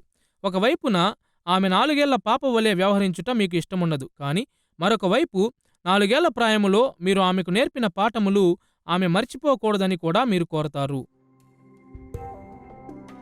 ఇంచుమించు ఇదే విధముగా దేవుడు పాత నిబంధన అంతటిలో తన ప్రజలతో పరిపక్వత చెందు పిల్లల వలె వ్యవహరించాడు. మరియు ఈ కారణము చేత దేవుని ప్రజలు 2 విషయములను గుర్తుంచుకోవాలి. మొదటిగా, మునుపటి నిబంధనా యుగములో జీవించినట్లుగా వారు జీవించకూడదు. అలా చేయుట దేవుడు ఈ మధ్య ఇచ్చిన పూర్ణమైన ప్రత్యక్షతలను విసర్జించుట అవుతుంది. అయితే రెండవదిగా, తదుపరి కాలములలో ఉన్న దేవుని ప్రజలు మునుపటి యుగములలో దేవుడు బోధించిన జ్ఞానమును ఎన్నడూనూ మర్చిపోకూడదు. మునుపటి యుగములలోని వేదాంత శాస్త్రమును వారు దేవుడిచ్చిన నూతన కార్య మరియు వాక్య ప్రత్యక్షతల వెలుగులో అన్వయించాలి. ఉదాహరణకు, నోవహుతో చేసిన నిబంధన ఆదాముతో దేవుడు చేసిన మౌలిక నిబంధన వేదాంతము మీద నిర్మించబడినది. కానీ మొదటి నిబంధన యొక్క నియమాలు నోవహు దినములలో దేశములు వ్యాపించుచుండగా ప్రాకృతిక స్థిరత్వము మీద ఉద్ఘాటనలో అమర్చబడి విధముగా నియంత్రించబడ్డాయి. అబ్రాహాము నిబంధన ఆదాము దినమున ఉన్న మౌలిక నియమాలను మరియు నోవహు యుగములోని ప్రాకృతిక స్థిరత్వమును హత్తుకున్నది. అయినను అబ్రాహాము కాలము నాటికి దేవుడు తన నిబంధనా దృష్టిని ప్రాథమికముగా ఆయన సొంత జనాంగముగా ఇజ్రాయేలు మీద కేంద్రీకరించాడు. మరియు ఈ కారణము చేత మునుపటి నిబంధనల యొక్క సార్వత్రిక వేదాంత శాస్త్ర నిర్మాణములు ఏర్పరచబడిన జనాంగముగా ఇజ్రాయేలు పితరులకు యోగ్యమైన మార్గములలో అన్వయింపబడాలి. ఉదాహరణకు ఆదామునకు ఇవ్వబడిన ఫలించి వృద్ధి చెంది భూమిని నింపుడి అనే ఆజ్ఞ ప్రత్యేకముగా వాగ్దాన దేశమును స్వాధీనపరుచుకున్నటకు ఒక పరుగు పందెముగా వృద్ధి పొందుటను అన్వేషించిన ఇజ్రాయేలుకు అన్వయించబడింది. వాగ్దాన దేశములో ప్రకృతి యొక్క ఆశీర్వాదములను ఆస్వాదించిన ఇజ్రాయేలు పితరులకు ప్రాకృతిక స్థిరత్వ వాగ్దానము అన్వయించబడింది. మోషే యొక్క ధర్మశాస్త్ర నిబంధన ఆదాము పునాదిని, నోవహు స్థిరత్వమును మరియు అబ్రాహాము వాగ్దానములను చేరుకుంది. కానీ మోషే తన దినమున నివసించుచున్న ఇజ్రాయేలీయులకు మునుపటి వేదాంత శాస్త్ర నిర్మాణములను చాలా జాగ్రత్తగా అన్వయించాడు. మునుపటి నిబంధనల యొక్క నియమాలను సీనాయి పర్వతం యొద్ద దేవుని ధర్మశాస్త్రములో బయలుపరచబడిన ఆరాధన మరియు సామాజిక జీవితమునకు సంబంధించిన ప్రత్యేకమైన నియమాల వెలుగులో చూడాలి. దావీదు యొక్క రాజరిక నిబంధన ఆదాము యొక్క పునాది, నోవహు యొక్క ప్రాకృతిక స్థిరత్వము, అబ్రాహాము వాగ్దానములు మరియు మోషే ధర్మశాస్త్రం మీద నిర్మించబడినది. అయితే దావీదు సింహాసనము స్థాపించబడిన తరువాత మునుపటి వేదాంత శాస్త్ర నిర్మాణములన్నిటినీ, దావీదు రాజరికమును, యెరూషలేము పట్టణమును మరియు దానిలోని దేవాలయమును కేంద్రముగా చేసి దాని వెలుగులో చూడాలి. దీనిని మనము ఈ విధముగా క్రోడీకరించవచ్చు. పాత నిబంధన యొక్క యుగముల పురోగమనములన్నిటిలో మునుపటి నిబంధనల యొక్క వేదాంత శాస్త్ర దృక్కోణములు తరువాత కాలములకు అన్వయించబడినాయా అనేది ఇక్కడ అంశము కాదు. బదులుగా అవి ఎలా అన్వయించబడినవి అనేది ప్రాముఖ్యమైన ప్రశ్న. ఈ ప్రశ్నకు జవాబిచ్చుట పాత నిబంధన పట్ల యుగానుసార భిన్నకాలిక పద్ధతుల యొక్క కొనసాగు పని అయి ఉన్నది. ఒక నిబంధన యుగము నుండి మరొక దాని వరకు పాత నిబంధన వేదాంత శాస్త్రము ఎలా అభివృద్ధి చెందినదో మనము చూశాము. కాబట్టి ఇప్పుడు మన మూడవ ముఖ్య అంశమును మనము చూడవలసి ఉన్నది. పాత నిబంధన చరిత్రలో పలు అంశములు పురోగమనము చెందిన విధానములను బైబిలానుసారమైన వేదాంతవేత్తలు ఏ విధముగా వెలికితీశారు. గడచిన సంవత్సరములోని సన్నివేశములను గూర్చి ఒక స్నేహితునికి ఉత్తరము వ్రాయుటలో మనము ఉపయోగించగల ఒక ప్రణాళిక, ఎన్ని విషయములు కలిసి ఒక సంవత్సరమును వేర్వేరు కాలములుగా విభజించగలవో చూచుట అని మనం ఇంతకు ముందే చూశాము. ఈ పద్ధతి పాత నిబంధనలోని బైబిలానుసారమైన వేదాంతవేత్తలు యుగముల పురోగమనములను అధ్యయనము చేయు మార్గములను పోలియుంటుంది. అదే సంవత్సరమును గూర్చి వ్రాయు రెండవ మార్గమేమనగా, మీ జీవితములో కొన్ని విభాగములను అనగా మీ కుటుంబము, మీ సంఘము, మీ ఆత్మీయ పరిస్థితిని తీసుకుని ఆ విభాగములు సంవత్సరం అంతటా ఏ విధముగా అభివృద్ధి చెందాయో వివరించుట. ఉత్తరములోని ప్రతి పేర ఈ క్రింది మాటలతో మొదలవ్వచ్చు. గత సంవత్సరములో నా కుటుంబములో ఇలా జరిగింది, నా సంఘములో గత సంవత్సరములో ఇది జరిగింది, నా ఆత్మీయ జీవితములో గత సంవత్సరములో ఇలా జరిగింది. ఇంచుమించు ఇదే విధముగా పాత నిబంధన వేదాంత శాస్త్రం యొక్క పురోగమనములను కూడా ప్రత్యేకమైన అంశముల ఆధారముగా వివరించవచ్చు. ఈ పద్ధతి పనిచేయు మార్గములను గూర్చి కొంత అవగాహన పొందుటకు మనము రెండు దిశలలో చూద్దాము. మొదటిగా క్రమబద్ధమైన వేదాంత శాస్త్రములోని సాంప్రదాయిక అంశములతో బైబిలానుసారమైన వేదాంతవేత్తలు ఎలా వ్యవహరించారో చూద్దాము. రెండవదిగా బైబిలానుసారమైన వేదాంత శాస్త్రము అనే విశేష అంశమును చూద్దాము. క్రమబద్ధమైన వేదాంత శాస్త్రము బైబిలానుసారమైన వేదాంతవేత్తల కొరకు అంశములకు సంబంధించిన సమస్యలను కలిగించిన విధములను మొదట చూద్దాము. సాంప్రదాయిక క్రమబద్ధమైన వేదాంత శాస్త్రములోని అంశములు ఒక స్థిరమైన సమస్యల గుంపుగా అభివృద్ధి చెందాయి. చాలా వరకు క్రమబద్ధీకులు మొదటిగా దేవుని గూర్చిన వేదాంత శాస్త్రమును అనగా దేవుని సిద్ధాంతమును గూర్చి మాట్లాడుతారు. తరువాత వారు మానవ శాస్త్రము అనగా మానవ సిద్ధాంతం వైపుకు తిరుగుతారు. మానవాళికి ఉన్న రక్షణ అవసరత మీద దృష్టి పెడతారు.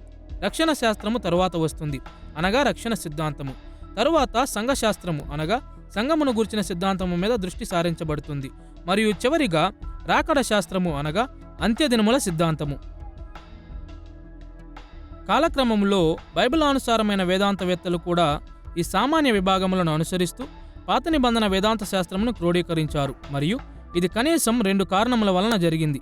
ఒకవైపున సాంప్రదాయిక క్రమబద్ధమైన వేదాంత శాస్త్రమునకు ఎంతో సుదీర్ఘమైన చరిత్ర ఉంది మరియు బైబిలానుసారమైన వేదాంతవేత్తలకు ఇది ఎంతో ఉపయోగకరముగా ఉండినది. వాస్తవానికి సాంప్రదాయిక క్రమబద్ధమైన వేదాంత శాస్త్రం యొక్క పరిణామములు ఎంత భావార్థకముగా ఉన్నాయంటే చాలాసార్లు బైబిలానుసారమైన వేదాంతవేత్తలు దానిలో ఎంతో సహాయమును పొందుతారు. మంచి క్రమబద్ధమైన వేదాంత శాస్త్రము ఎల్లప్పుడూ బైబిలానుసారమైనదిగానే ఉంటుంది మరియు లక్ష్యమును అందుకున్నంత వరకు బైబిలానుసారమైన వేదాంత శాస్త్రముకు క్రమబద్ధకములు ఎంతో ఉపకరించగలవు.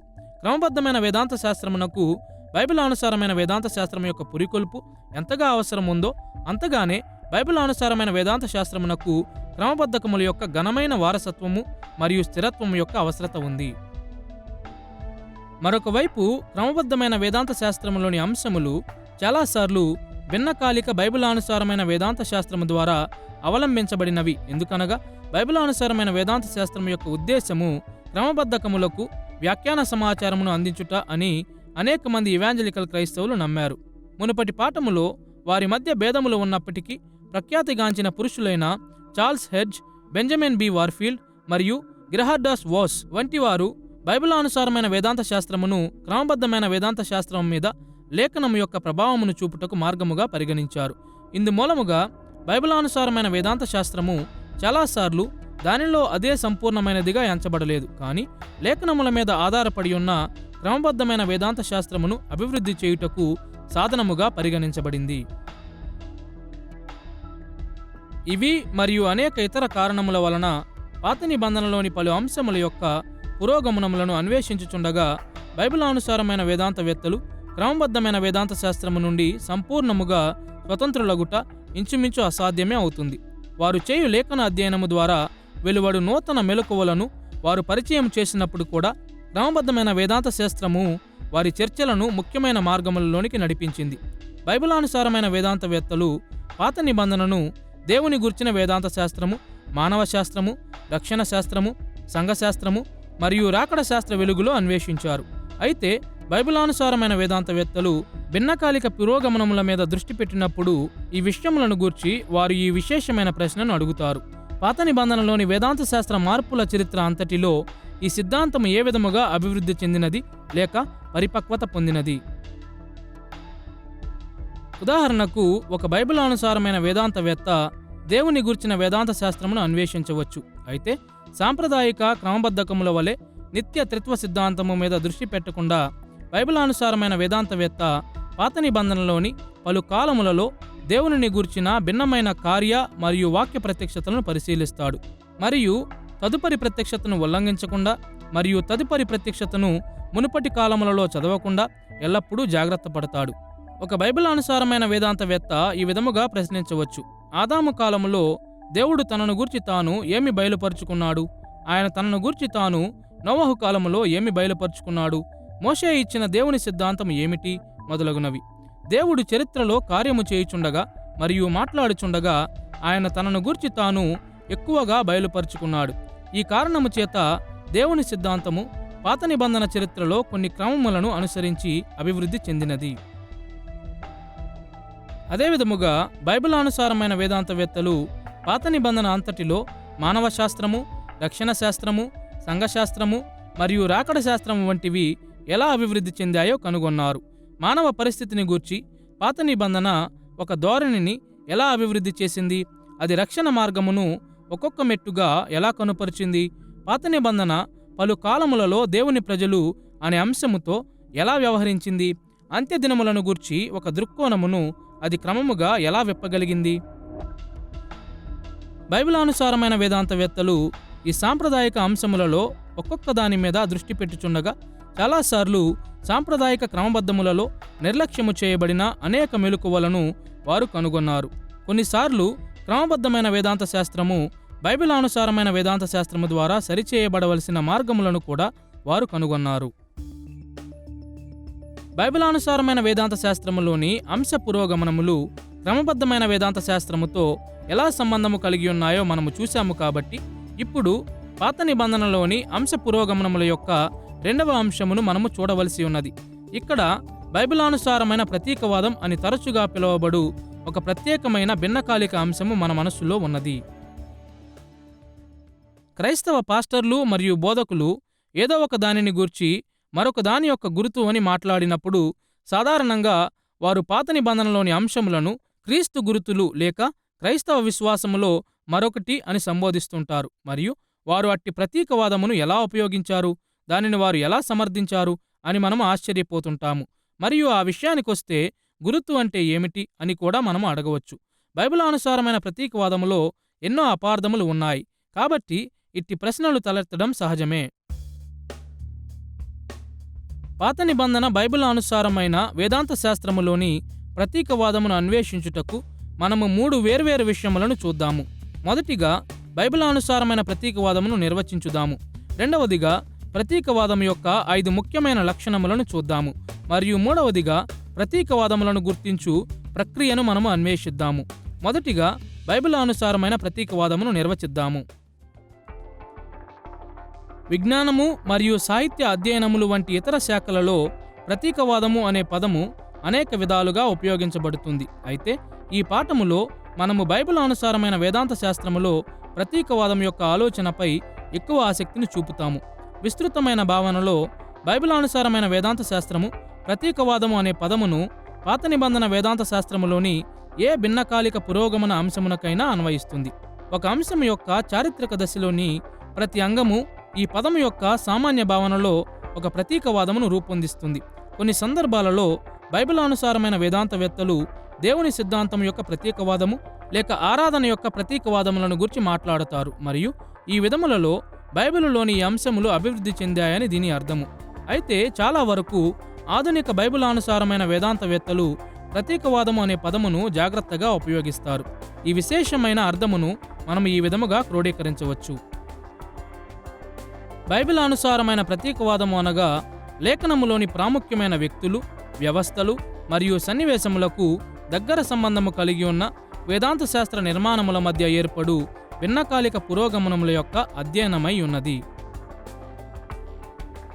సులువైన భాషలో ప్రతీకవాదము అనగా గురుతుల యొక్క అధ్యయనము అని చెప్పవచ్చు. గురుతు అనే పదము గ్రీకు పదమైన టూపోస్ నుండి వెలువడుతుంది మరియు ఇది క్రొత్త నిబంధనలో 15 సార్లు ఉపయోగించబడింది. 3 ముఖ్యమైన లేఖన భాగములలో క్రొత్త నిబంధన రచయితలు పాత నిబంధనలోని వేదాంత శాస్త్ర నిర్మాణములను గూర్చి క్రొత్త నిబంధన విశ్వాసములోని ఇతర వేదాంత శాస్త్ర నిర్మాణముల యొక్క గుర్తులుగా మాట్లాడారు. ఉదాహరణకు రోమాపత్రిక 5వ అధ్యాయం 14వ వచనములో ఆదామును గూర్చి పౌలు మాట్లాడిన విధానమును వినండి. అయినను ఆదాము చేసిన అతిక్రమమును బోలి పాపము చేయని వారి మీద కూడా ఆదాము మొదలుకొని మోషే వరకు మరణమేలును. ఆదాము రాబోవువానికి గురుతయ్యుండెను.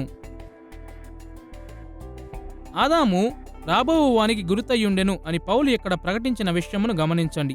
ఇక్కడ గురుతు అని అనువదించబడిన గ్రీకు పదము టూపోస్. రాబోవుచున్నవాడు క్రీస్తు అని విస్తృత నేపథ్యము నుండి మనకు తెలుసు. కాబట్టి ఈ సందర్భములో ఆదాము క్రీస్తుకు గుర్తుగా ఉన్నాడని పౌలు గ్రహించాడు.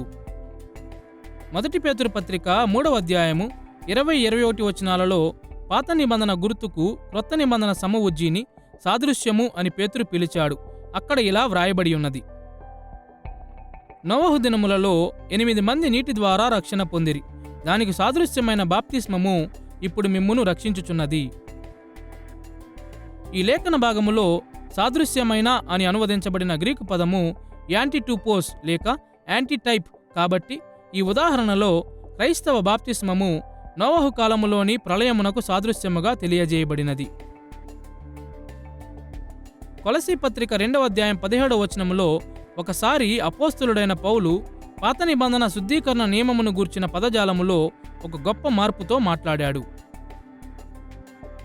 ఇవి రాబోవు వాటు ఛాయయే గాని నిజస్వరూపము క్రీస్తులో ఉన్నది. ఇక్కడ పౌలు మోషే యొక్క శుద్ధీకరణ నియమాలను ఛాయ లేక గ్రీకులో స్కియా అని మరియు రాబోవునవి అని క్రీస్తులో ఉన్న నిజస్వరూపమని తెలియజేశాడు. అదేవిధముగా హెబ్రీ పత్రిక రచయిత గురుతులను ఛాయలని మరియు సాదృశ్యములను నిజస్వరూపములని తెలియజేశాడు. అయితే చాలాసార్లు బైబిల్ ప్రతీకవాదములను గూర్చి మాట్లాడుతున్నప్పుడు క్రొత్త నిబంధన రచయితలు ఏ విధమైన విశేషమైన పదజాలములను ఉపయోగించలేదు. వారు కేవలం కొన్ని పాత మరియు క్రొత్త నిబంధన విషయములను జతచేశారు. ఉదాహరణకు యోహాను సువార్త 3వ అధ్యాయము 14-15 వచనములో యేసు మోషే చేసిన ఇత్తడి సర్పము మరియు తనకు మధ్య ఉన్న వర్గీకరణ అనుబంధమును గూర్చి ఏ విధముగా మాట్లాడాడో వినండి.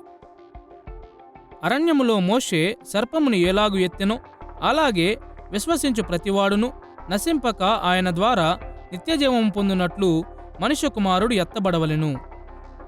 ఈ లేఖన భాగములో ఏ విధమైన విశేషమైన పదజాలమును ఉపయోగించకుండా యేసు ఇత్తడి సర్పమును ఆయనతో సిలువ వేయబడుటతో పోల్చాడు. అయినను సర్పము సిలువ వేయబడుటకు గుర్తు అని మరియు సిలువ వేయబడుట సర్పమునకు సాదృశ్యమని మనము చెప్పవచ్చు. ప్రతీకవాదమును గూర్చిన ఈ సామాన్య అవగాహనను దృష్టిలో ఉంచుకొని బైబిలానుసారమైన వేదాంతవేత్తలు సాధారణముగా గుర్తించు ప్రతీకవాదం యొక్క అనేక లక్షణములను మనము చూడవలెను. మన ఉద్దేశముల కొరకు మనము 5 విషయముల మీద దృష్టి పెడదాము. మొదటిగా, ప్రతీకవాదము ఒక భాషారూపముగా ఎలా పనిచేస్తుందో మనము చూద్దాము. రెండవదిగా, బైబిలానుసారమైన ప్రతీకవాదములో గల పలు రకముల మూలకాల మీద దృష్టి పెడదాము. మరియు మూడవదిగా, ప్రతీకవాదములు వేదాంత శాస్త్ర నిర్మాణముల యొక్క పోలికలు అని మనము గుర్తిస్తాము.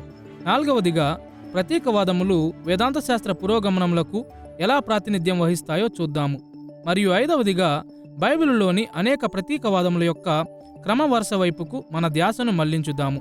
మొదటిగా, ప్రతీకవాదములు భాషారూపములుగా ఎలా పనిచేస్తాయో చూడండి. సాహిత్య స్థాయిలో లేఖనములోని ప్రతీకవాదముల యొక్క వ్యక్తీకరణమును ఒక విశేషమైన భాషారూపముగా లేక మరింత స్పష్టముగా ఒక పోలిక రూపకముగా పరిగణించుట సహాయకరముగా ఉంటుంది. పోలిక రూపకములు అనగా మనము అలంకారములు లేక ఉపమాలంకారములు, సారూప్యములు మొదలగు వాటితో మనం వ్యవహరించినట్లే మరొక దానితో పోల్చుతూ కొన్ని విషయములను గూర్చి పరోక్షమైన మార్గములలో వర్ణించుట. దానిని పోలిక రూపకముగా చూచుట ద్వారా బైబిలులోని ప్రతీకవాదమును గూర్చిన మౌలిక విషయములను గూర్చి మనము మరింత అవగాహన పొందుకోవచ్చు. ముఖ్య వస్తువు అయిన రూపకమును అందుబాటులో ఉన్న మరొక ముఖ్య వస్తువుతో పోల్చుట మరియు రెంటి మధ్య పోలికా బిందువులు. ఉదాహరణకు, ఈ సులువైన ఉపమాలంకారమును గూర్చి ఆలోచన చెయ్యండి. ఆ పొడవాటి భవనము పర్వతము వలె ఎత్తుగా ఉన్నది. ఈ కథనములో రూపము పర్వతము. ఇక్కడ ఒక వస్తువు ముఖ్యమైన విషయముతో పోల్చబడుతుంది. ఇక్కడ ముఖ్య విషయము లేక అంశము పొడవాటి భవనము అనగా కనబడుతున్న భవనమై ఉన్నది.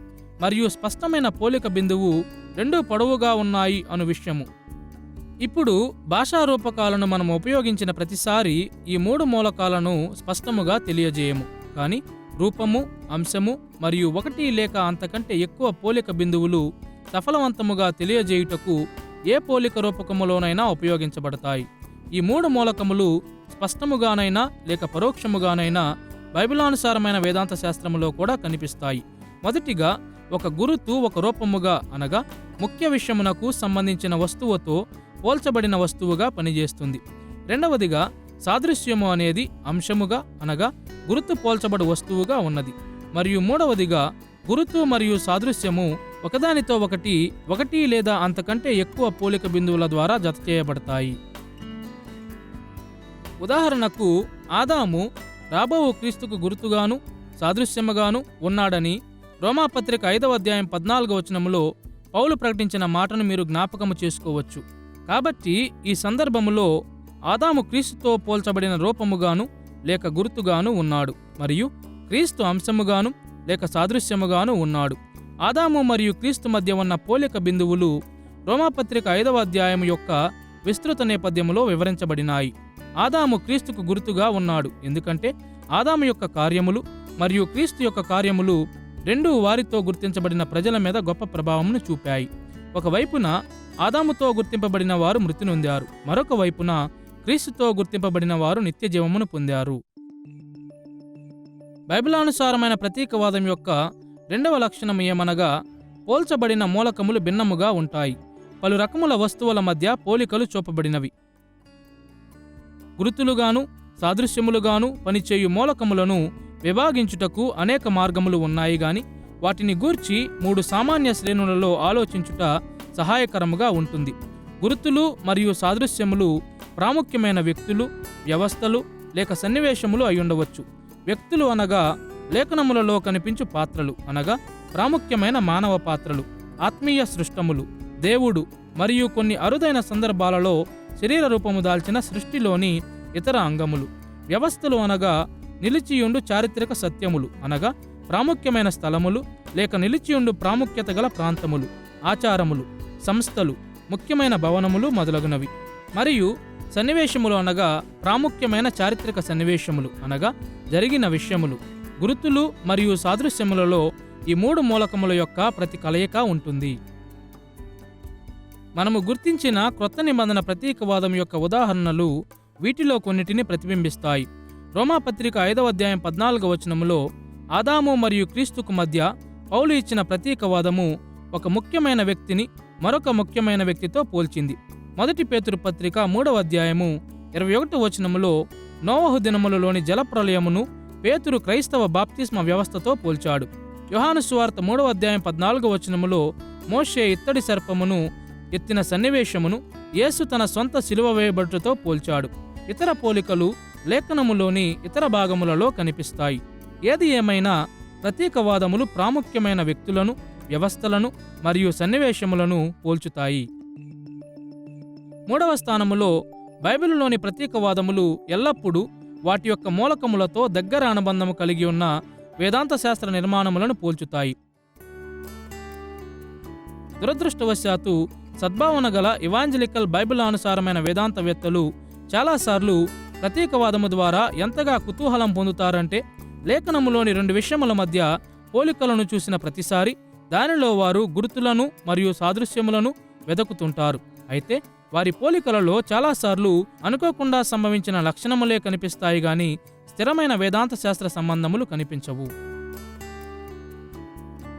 ఉదాహరణకు, అబ్రాహాముకు 2 చేతులు కలవు, కానీ 2 చేతులు కలిగి ఉన్న తదుపరి బైబిల్ పాత్రలకు అబ్రాహాము గుర్తుగా ఉన్నాడని ఆలోచన చేయుటకు మంచి కారణము ఏదియూ లేదు. పాత నిబంధనలో 1 కంటే ఎక్కువ సార్లు ప్రజలు అంగీలను ధరించుకున్నారు అనే సత్యము వారు ఒకరికొకరు గుర్తులుగాను మరియు సాదృశ్యములుగాను ఉన్నారని సూచించదు. ఇట్టి పోలికలు చారిత్రక యాదృచ్ఛిక సన్నివేశములతో వ్యవహరించవు. ఇట్టి అల్పమైన పోలికలతో దారిమలుటకు బదులుగా స్థిరమైన ప్రతీకవాదములు వాటి మూలకములతో ముడిపడి ఉన్న ప్రాముఖ్యమైన వేదాంత శాస్త్ర నిర్మాణముల యొక్క పోలికలను కలిగి ఉంటాయి. ప్రతీకవాదముల వ్యక్తుల, వ్యవస్థల మరియు సన్నివేశముల యొక్క మూలకములు వాటి ప్రతీకవాదములలో ఒంటరిగా నిలిచి ఉండవు. అవి సంక్షిప్త పదములుగాను, అనగా పెద్దవైన దగ్గర సంబంధము కలిగిన వేదాంత శాస్త్ర ఆలోచనల కొరకు నిలబడు భాగములుగా పనిచేస్తాయి. బైబిలు రచయితలు సదరు వ్యక్తులను, వ్యవస్థలను లేక సన్నివేశములను ప్రతీకవాదములో మూలకములుగా ప్రస్తావించినప్పుడు ఆ మూలకములు ప్రాతినిధ్యం వహించిన పెద్దవైన వేదాంత శాస్త్ర నిర్మాణములు వారి మనసులో ఉండేవి.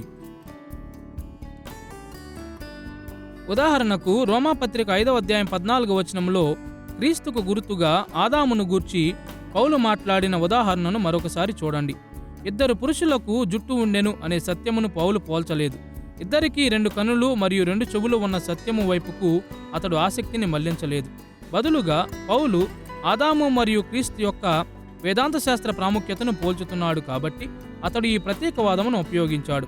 వారితో గుర్తించబడిన ప్రజల మీద 2 పురుషులు గొప్ప ప్రభావమును చూపారు అనే గమనిక మీద పౌలు యొక్క పోలిక ఆధారపడినది. మొదటి పేతురు పత్రిక 3వ అధ్యాయము 20-21 వచనాలలో నోవహు కాలములోని జలప్రళయమును క్రైస్తవ బాప్తిస్మమును పోల్చిన పేతురును గూర్చి కూడా ఇదే చెప్పవచ్చు. దేవుని తీర్పు పొందిన లోకములో నుండి దేవునిచే ఆశీర్వదించబడిన లోకములోనికి నోవహు ప్రవేశించుటకు మాధ్యమముగా జలప్రళయము యొక్క వేదాంత శాస్త్ర ప్రాముఖ్యతను గూర్చి అతడు ఆలోచించాడని పేతురు వ్రాసిన పత్రిక యొక్క విస్తృత నేపథ్యము స్పష్టము చేస్తుంది. అవును, క్రైస్తవ బాప్తిస్మము అదే విధమైన నమ్మకములతో ముడిపడి ఉన్నది. ఎందుకంటే తీర్పుకు సిద్ధపడిన లోకములో నుండి క్రీస్తులోని నూతన సృష్టిలోనికి ప్రవేశించుటకు అది ఒక చిహ్నముగా ఉన్నది. ఈ స్థాయిలో పేతురు నోవహు దినములలోని నీటిని మరియు బాప్తిస్మములోని నీటిని పోల్చాడు. లేఖనములో ప్రతీకవాదం యొక్క 4వ లక్షణము ఏమనగా, అవి ఎల్లప్పుడూ భిన్నకాలిక పురోగమనములను ప్రతిబింబిస్తాయి. లేఖనములు గుర్తులను మరియు సాదృశ్యములను గుర్తించినప్పుడు అవి ఎల్లప్పుడూ చరిత్రలోని పలు కాలములకు చెందినవిగా ఉంటాయి మరియు ఆ విధముగా అవి ఆ కాలములోని భిన్నకాలిక వేదాంత శాస్త్ర పురోగమనములను ప్రతిబింబిస్తాయి. ఈ కారణము చేత అన్ని పోలికల రూపకముల వలనే ప్రతీకవాదములో కూడా వాటి మూలకముల మధ్య సారూప్యతలు మరియు భిన్నత్వములు ఉంటాయి. ఒకవైపున మనము సారూప్యతలను చూడగలుగుతున్నాము. కొందరు వ్యక్తులు, వ్యవస్థలు మరియు సన్నివేశములు తదుపరి వ్యక్తులు, వ్యవస్థలు మరియు సన్నివేశములకు గుర్తులుగా ఉన్నాయి, ఎందుకంటే వాటి వేదాంత శాస్త్ర ప్రాముఖ్యతలు సారూప్యత గలవిగా ఉన్నాయి.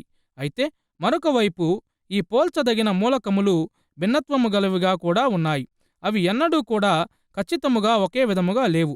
కాలము గడిచిన కొలది వాటి వేదాంత శాస్త్ర ప్రాముఖ్యతలలో పురోగమనములను కలిగించిన గుర్తులు మరియు సాదృశ్యముల మధ్య నూతన ప్రత్యక్షతలు వెలుగులోనికి వచ్చాయి. రోమాపత్రిక 5వ అధ్యాయం 14వ వచనంలో పౌలు ఇచ్చిన ప్రతీకవాదమును గూర్చి మరొకసారి ఆలోచన చెయ్యండి. అక్కడ ఆదాము గుర్తుగా ఉన్నాడు మరియు క్రీస్తు సాదృశ్యముగా ఉన్నాడు. ఇప్పుడు మనం ఇంతకుముందు చూసినట్లుగా ఆదాము వేదాంతపరముగా క్రీస్తుతో సారూప్యత కలిగి ఉన్నాడు మరియు వారితో గుర్తింపబడిన వారిని దేవుడు చూసిన విధానము మీద ఇరువురు విస్తృతమైన ప్రభావమును చూపారు. అయితే భిన్నకాలిక పురోగమనముల కారణంగా పౌలు వారి మధ్య ఒక ప్రాముఖ్యమైన వ్యత్యాసమును తెలియపరిచాడని కూడా మనము గమనించాలి.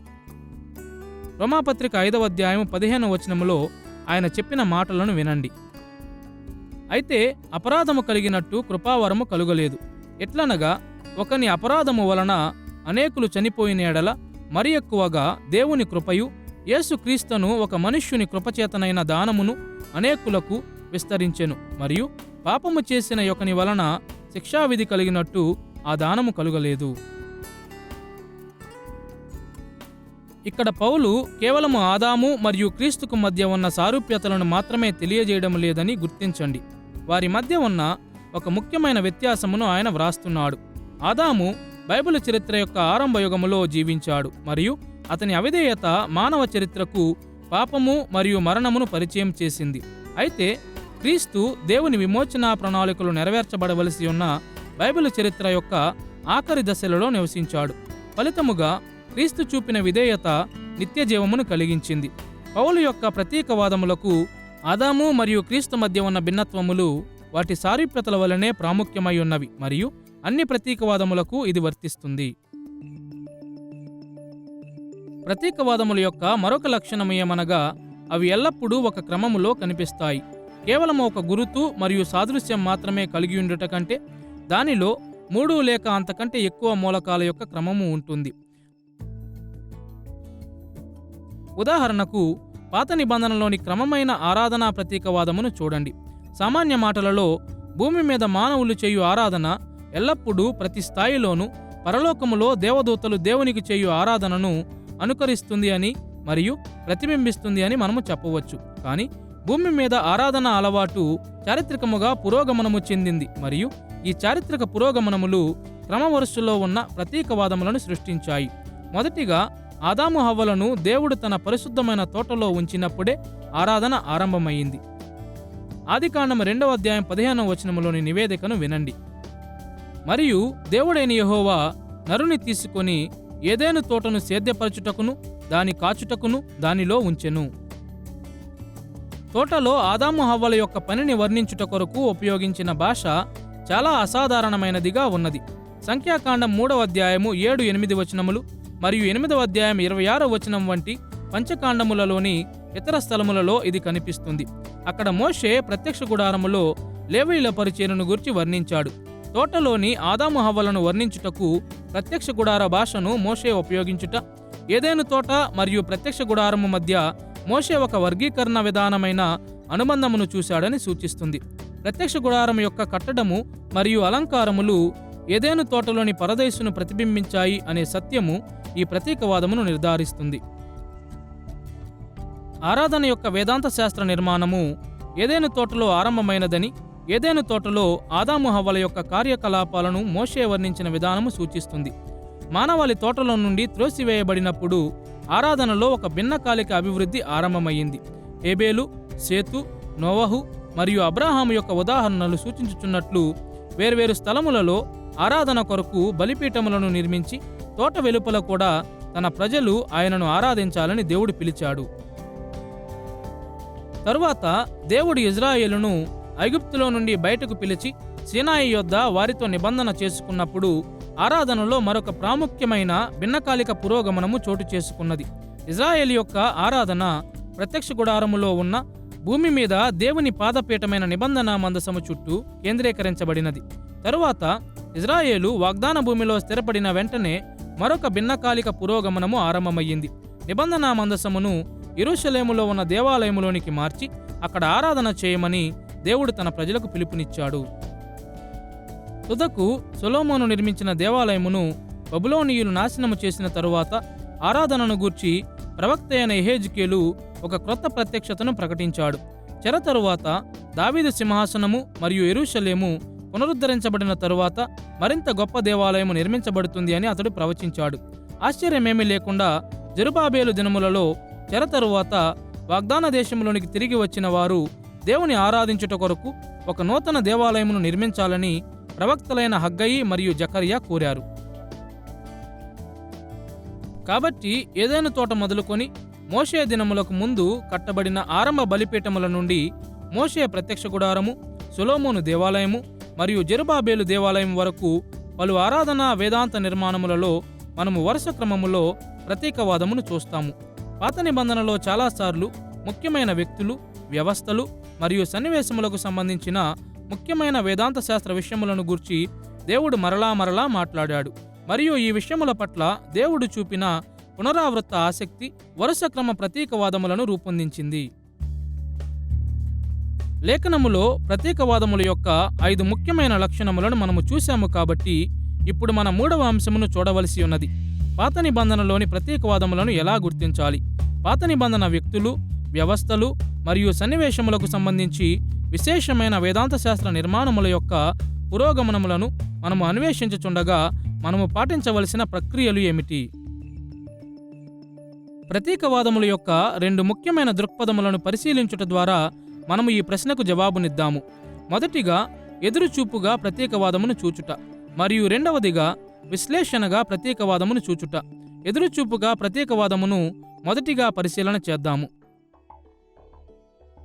ఎదురుచూపుగా ప్రతీకవాదమును గూర్చి మనము ఆలోచన చేసినప్పుడు పాత నిబంధనలో గుర్తులు ప్రత్యక్షమైనప్పుడు అవి రాబోవు సాదృశ్యముల వైపుకు చూపుటకు రూపొందించబడినాయి అనే నమ్మకము మన మనసులో ఉంటుంది. సంఘ చరిత్ర అంతటా అనేక మంది అనువాదకులు లేఖన ప్రతీకవాదములను ఈ విధముగా చూశారు. ఈ అభిప్రాయములో భవిష్యత్తులో రాబోవు వాటిని గూర్చి ఆ రోజులలో నివసించుచున్న ప్రజలకు సూచించుట కొరకు చరిత్రలో దేవుడు తన సార్వభౌమత్వములో ముఖ్యమైన వ్యక్తులు, వ్యవస్థలు మరియు సన్నివేశములను నియుక్తి చేశాడు. ఈ సాంప్రదాయిక దృక్పథము ప్రతీకవాదము పట్ల ఇవాంజలికల్ బైబిలానుసారమైన వేదాంత శాస్త్రము యొక్క ఆరంభ దశాబ్దములతో సహా క్రైస్తవ కందకములన్నిటినీ వర్ణించింది. ఇప్పుడు నేటి దినములలో అనేక మంది బైబిలానుసారమైన వేదాంతవేత్తలు ఒక నూతన దృక్పథమైన అంతర్విషయము అను దానిని ఉపయోగిస్తూ ఈ సాంప్రదాయక ఎదురుచూపు అభిప్రాయమును తిరస్కరించారు. అంతర్విషయము ప్రతీకవాదములను రానున్న వాటిని సూచించుట కొరకు దేవుడు మార్చిన చారిత్రక సత్యములుగా పరిగణించక ఒక బైబిలు లేఖన భాగము మరొక భాగముతో వ్యవహరించున్నట్లు ఒక సాహిత్య దృగ్విషయముగా మాత్రమే పరిగణిస్తుంది. బైబిలానుసారమైన ప్రతీకవాదములు కొన్ని వేదాంతపరమైన అవసరతల కొరకు తదుపరి బైబిలు లేఖన భాగములు మునుపటి బైబిలు లేఖన భాగములను ఉపయోగించుకున్న మార్గములుగా మాత్రమే ఉపయోగించబడ్డాయి. ఈ నూతన ధోరణులకు భిన్నముగా క్రొత్త నిబంధన రచయితలు ఈ ప్రతీకవాదమును అంతర్సత్యములు అని వర్ణించారు. మరొక మాటలో గురుతులు సాదృశ్యములుగా భవిష్యత్ చారిత్రక వాస్తవములను గూర్చి ఎదురు చూసిన చారిత్రక వాస్తవములుగా ఉన్నాయి. మీకు గుర్తున్నట్లయితే రోమాపత్రిక 5వ అధ్యాయం 14వ వచనములో పౌలు ఆదామును రాబోవు వానికి గురుతయుండెను అని పిలిచాడు. పౌలు చారిత్రక ఆదామును గూర్చి చారిత్రక క్రీస్తు యొక్క పూర్వగామిగా వ్రాశాడు గాని ఆదికాండములో లేఖన భాగమును గూర్చి కాదు. అదే విధముగా కొలసీ పత్రిక 2వ అధ్యాయం 17వ వచనములో పాత నిబంధన శుద్ధీకరణ నియమం యొక్క గుర్తును పౌలు రాబోవు వాటికి ఛాయ అని పిలిచాడు. పాత నిబంధన శుద్ధీకరణ నియమములు క్రీస్తు యొక్క వాస్తవికతలు మునుపటి కాలం యొక్క చారిత్రక వాస్తవికతల మీద ఛాయలను వేయుట ద్వారా కలిగిన పరిణామములై ఉన్నవని ఛాయను గూర్చిన ఈ ఉపమాలంకారము సూచిస్తుంది. పాత నిబంధన సాక్ష్యమును అనుసరించి కొందరు మునుపటి వ్యక్తులు, వ్యవస్థలు మరియు సన్నివేశములు తదుపరి వ్యక్తులను, వ్యవస్థలను మరియు సన్నివేశములను గూర్చి ఎదురుచూచున్నట్లు దేవుడు తన దైవకృతములో చరిత్రను అమర్చాడని మనం ఉద్ఘాటించాలి. గురుతుల ఎదురుచూపు అభిప్రాయములను ఉద్ఘాటించినప్పుడు మనం ఎదుర్కొన్న ఒక ప్రశ్న ఏమనగా, పాత నిబంధనలో నివసించిన ప్రజలు గురుతులు చూపుచున్న భవిష్యత్తును అర్థము చేసుకున్నారా? తమ దినములలో ఉనికిలో ఉన్న గురుతులను చూచుట ద్వారా పాత నిబంధన కాలములోని పాత్రలు మరియు రచయితలు రాబోవు సాదృశ్యములను గూర్చి తెలుసుకోగలిగారా? అవును అని మనము జవాబిచ్చుటకు కొన్ని భావనలు ఉన్నాయి. మొదటి స్థానములో అట్టి భవిష్యత్ జ్ఞానమును కలిగి ఉండుటకు కాలక్రమములో దేవుడు ప్రజలకు విశేషమైన ప్రత్యేకమైన ప్రత్యక్షతలను ఇచ్చాడు అనే విషయమును మనము త్రోసిపుచ్చలేము. ఉదాహరణకు గురుతులు రాబోవు సాదృశ్యములను గూర్చి ఏ విధముగా ఎదురు చూశాయో పాత నిబంధనలోని ప్రవక్తలు మరియు ప్రాముఖ్యమైన వ్యక్తులు చూసి ఉండవచ్చు. రెండవ స్థానములో కొన్నిసార్లు గురుతుల కాలములో నివసించుచున్న ప్రజలు సాధారణ మాధ్యమాలను ఉపయోగించుట ద్వారా రాబోవు సాదృశ్యములను గూర్చి ఎదురుచూశారు. చాలా తరచుగా దేవుడు వాటి భవిష్యత్ పురోగమనములను ముందుగానే బయలుపరిచిన వేదాంత శాస్త్ర నిర్మాణములతో పాత నిబంధన గురుతులు ముడిపడి ఉండేవి. అనగా కొన్ని వేదాంత శాస్త్ర నిర్మాణములు ఒక ఉన్నతమైన గమ్యము వైపుకు ముందుకు సాగవలసిన మార్గములను దేవుడు ముందుగానే సూచించాడు. ఆదిమ గురుతులు రానున్న వాస్తవికతలతో ముడిపడి ఉన్నంత వరకు ఎటువంటి భవిష్యత్ సాదృశ్యములను మనం ఆశించాలో అవి సూచించాయి.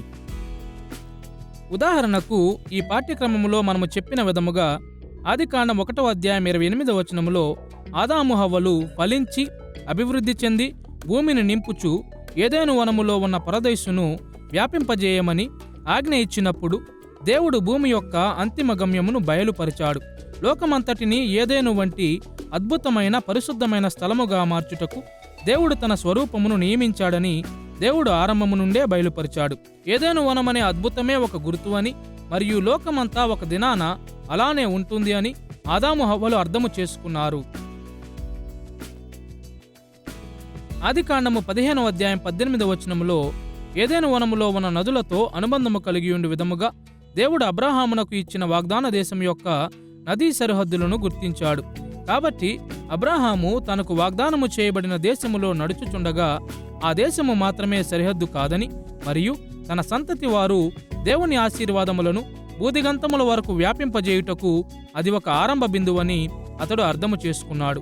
అందువలననే పౌలు రోమాపత్రిక 4వ అధ్యాయం 13వ వచనములో ఇలా వ్రాస్తున్నాడు: అతడు లోకమునకు వారసుడగునను వాగ్దానము అబ్రాహామునకైనను అతని సంతానమునకైనను కలిగెను. అబ్రాహాముకు వాగ్దానము చేయబడిన దేశము ఇజ్రాయేలీయులు దేవుని ఆశీర్వాదములను భూదిగంతముల వరకు వ్యాపింపజేయుటకు ఒక ఆరంభ బిందువుగా ఉండినది. ఈ భావనలో ఏదెను తోట వలెనే అబ్రాహాము సంతతికి ఇవ్వబడిన వాగ్దాన దేశము లోకమంతా ఒక దినమున మారబోవు రూపమునకు ఒక గుర్తుగా ఉన్నది. దీనికి తోడు ఆదికాండము 15వ అధ్యాయం 18వ వచనములో ప్రస్తావించబడిన వాగ్దాన దేశం యొక్క సరిహద్దులు కొన్ని తరముల తరువాత దావీదు రాజ్యము అందుకున్న సరిహద్దులై ఉన్నవి. అబ్రాహాముకు వాగ్దానము చేయబడిన దేశమును సంపూర్ణతలో దావీదు చేరుకున్నాడు.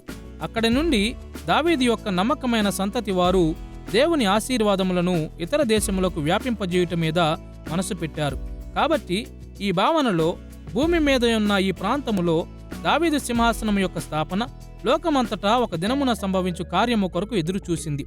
దావీదు యొక్క భవిష్యత్ కుమారుని రాజ్యమును గూర్చి 72వ కీర్తన 11-17 వచనములు ఎదురు చూసిన విధానమును గూర్చి వినండి. రాజులందరూ అతనికి నమస్కారము చేసెదరు, అన్యజనులందరూ అతని సేవించెదరు. అతనిని బట్టి మనుష్యులు దీవింపబడుదురు, అన్యజనులందరూ అతడు ధన్యుడని చెప్పుకుందురు. కాబట్టి ఆదాము హవ్వలు ఏదెనులో నుండి భూదిగంతముల వరకు వ్యాప్తి చెందవలసి ఉండినట్లు అబ్రాహాము దేవుని ఆశీర్వాదములను భూదిగంతముల వరకు వ్యాపింపజేయుటకు వాగ్దాన దేశమును పొందుకున్నట్లు దావీదు వంశము దేవుని రాజ్యమును మరియు ఆశీర్వాదమును భూదిగంతముల వరకు వ్యాపింపజేయుటకు వాగ్దాన భూమిని స్వాధీనము చేసుకున్నదని మనము చూస్తాము.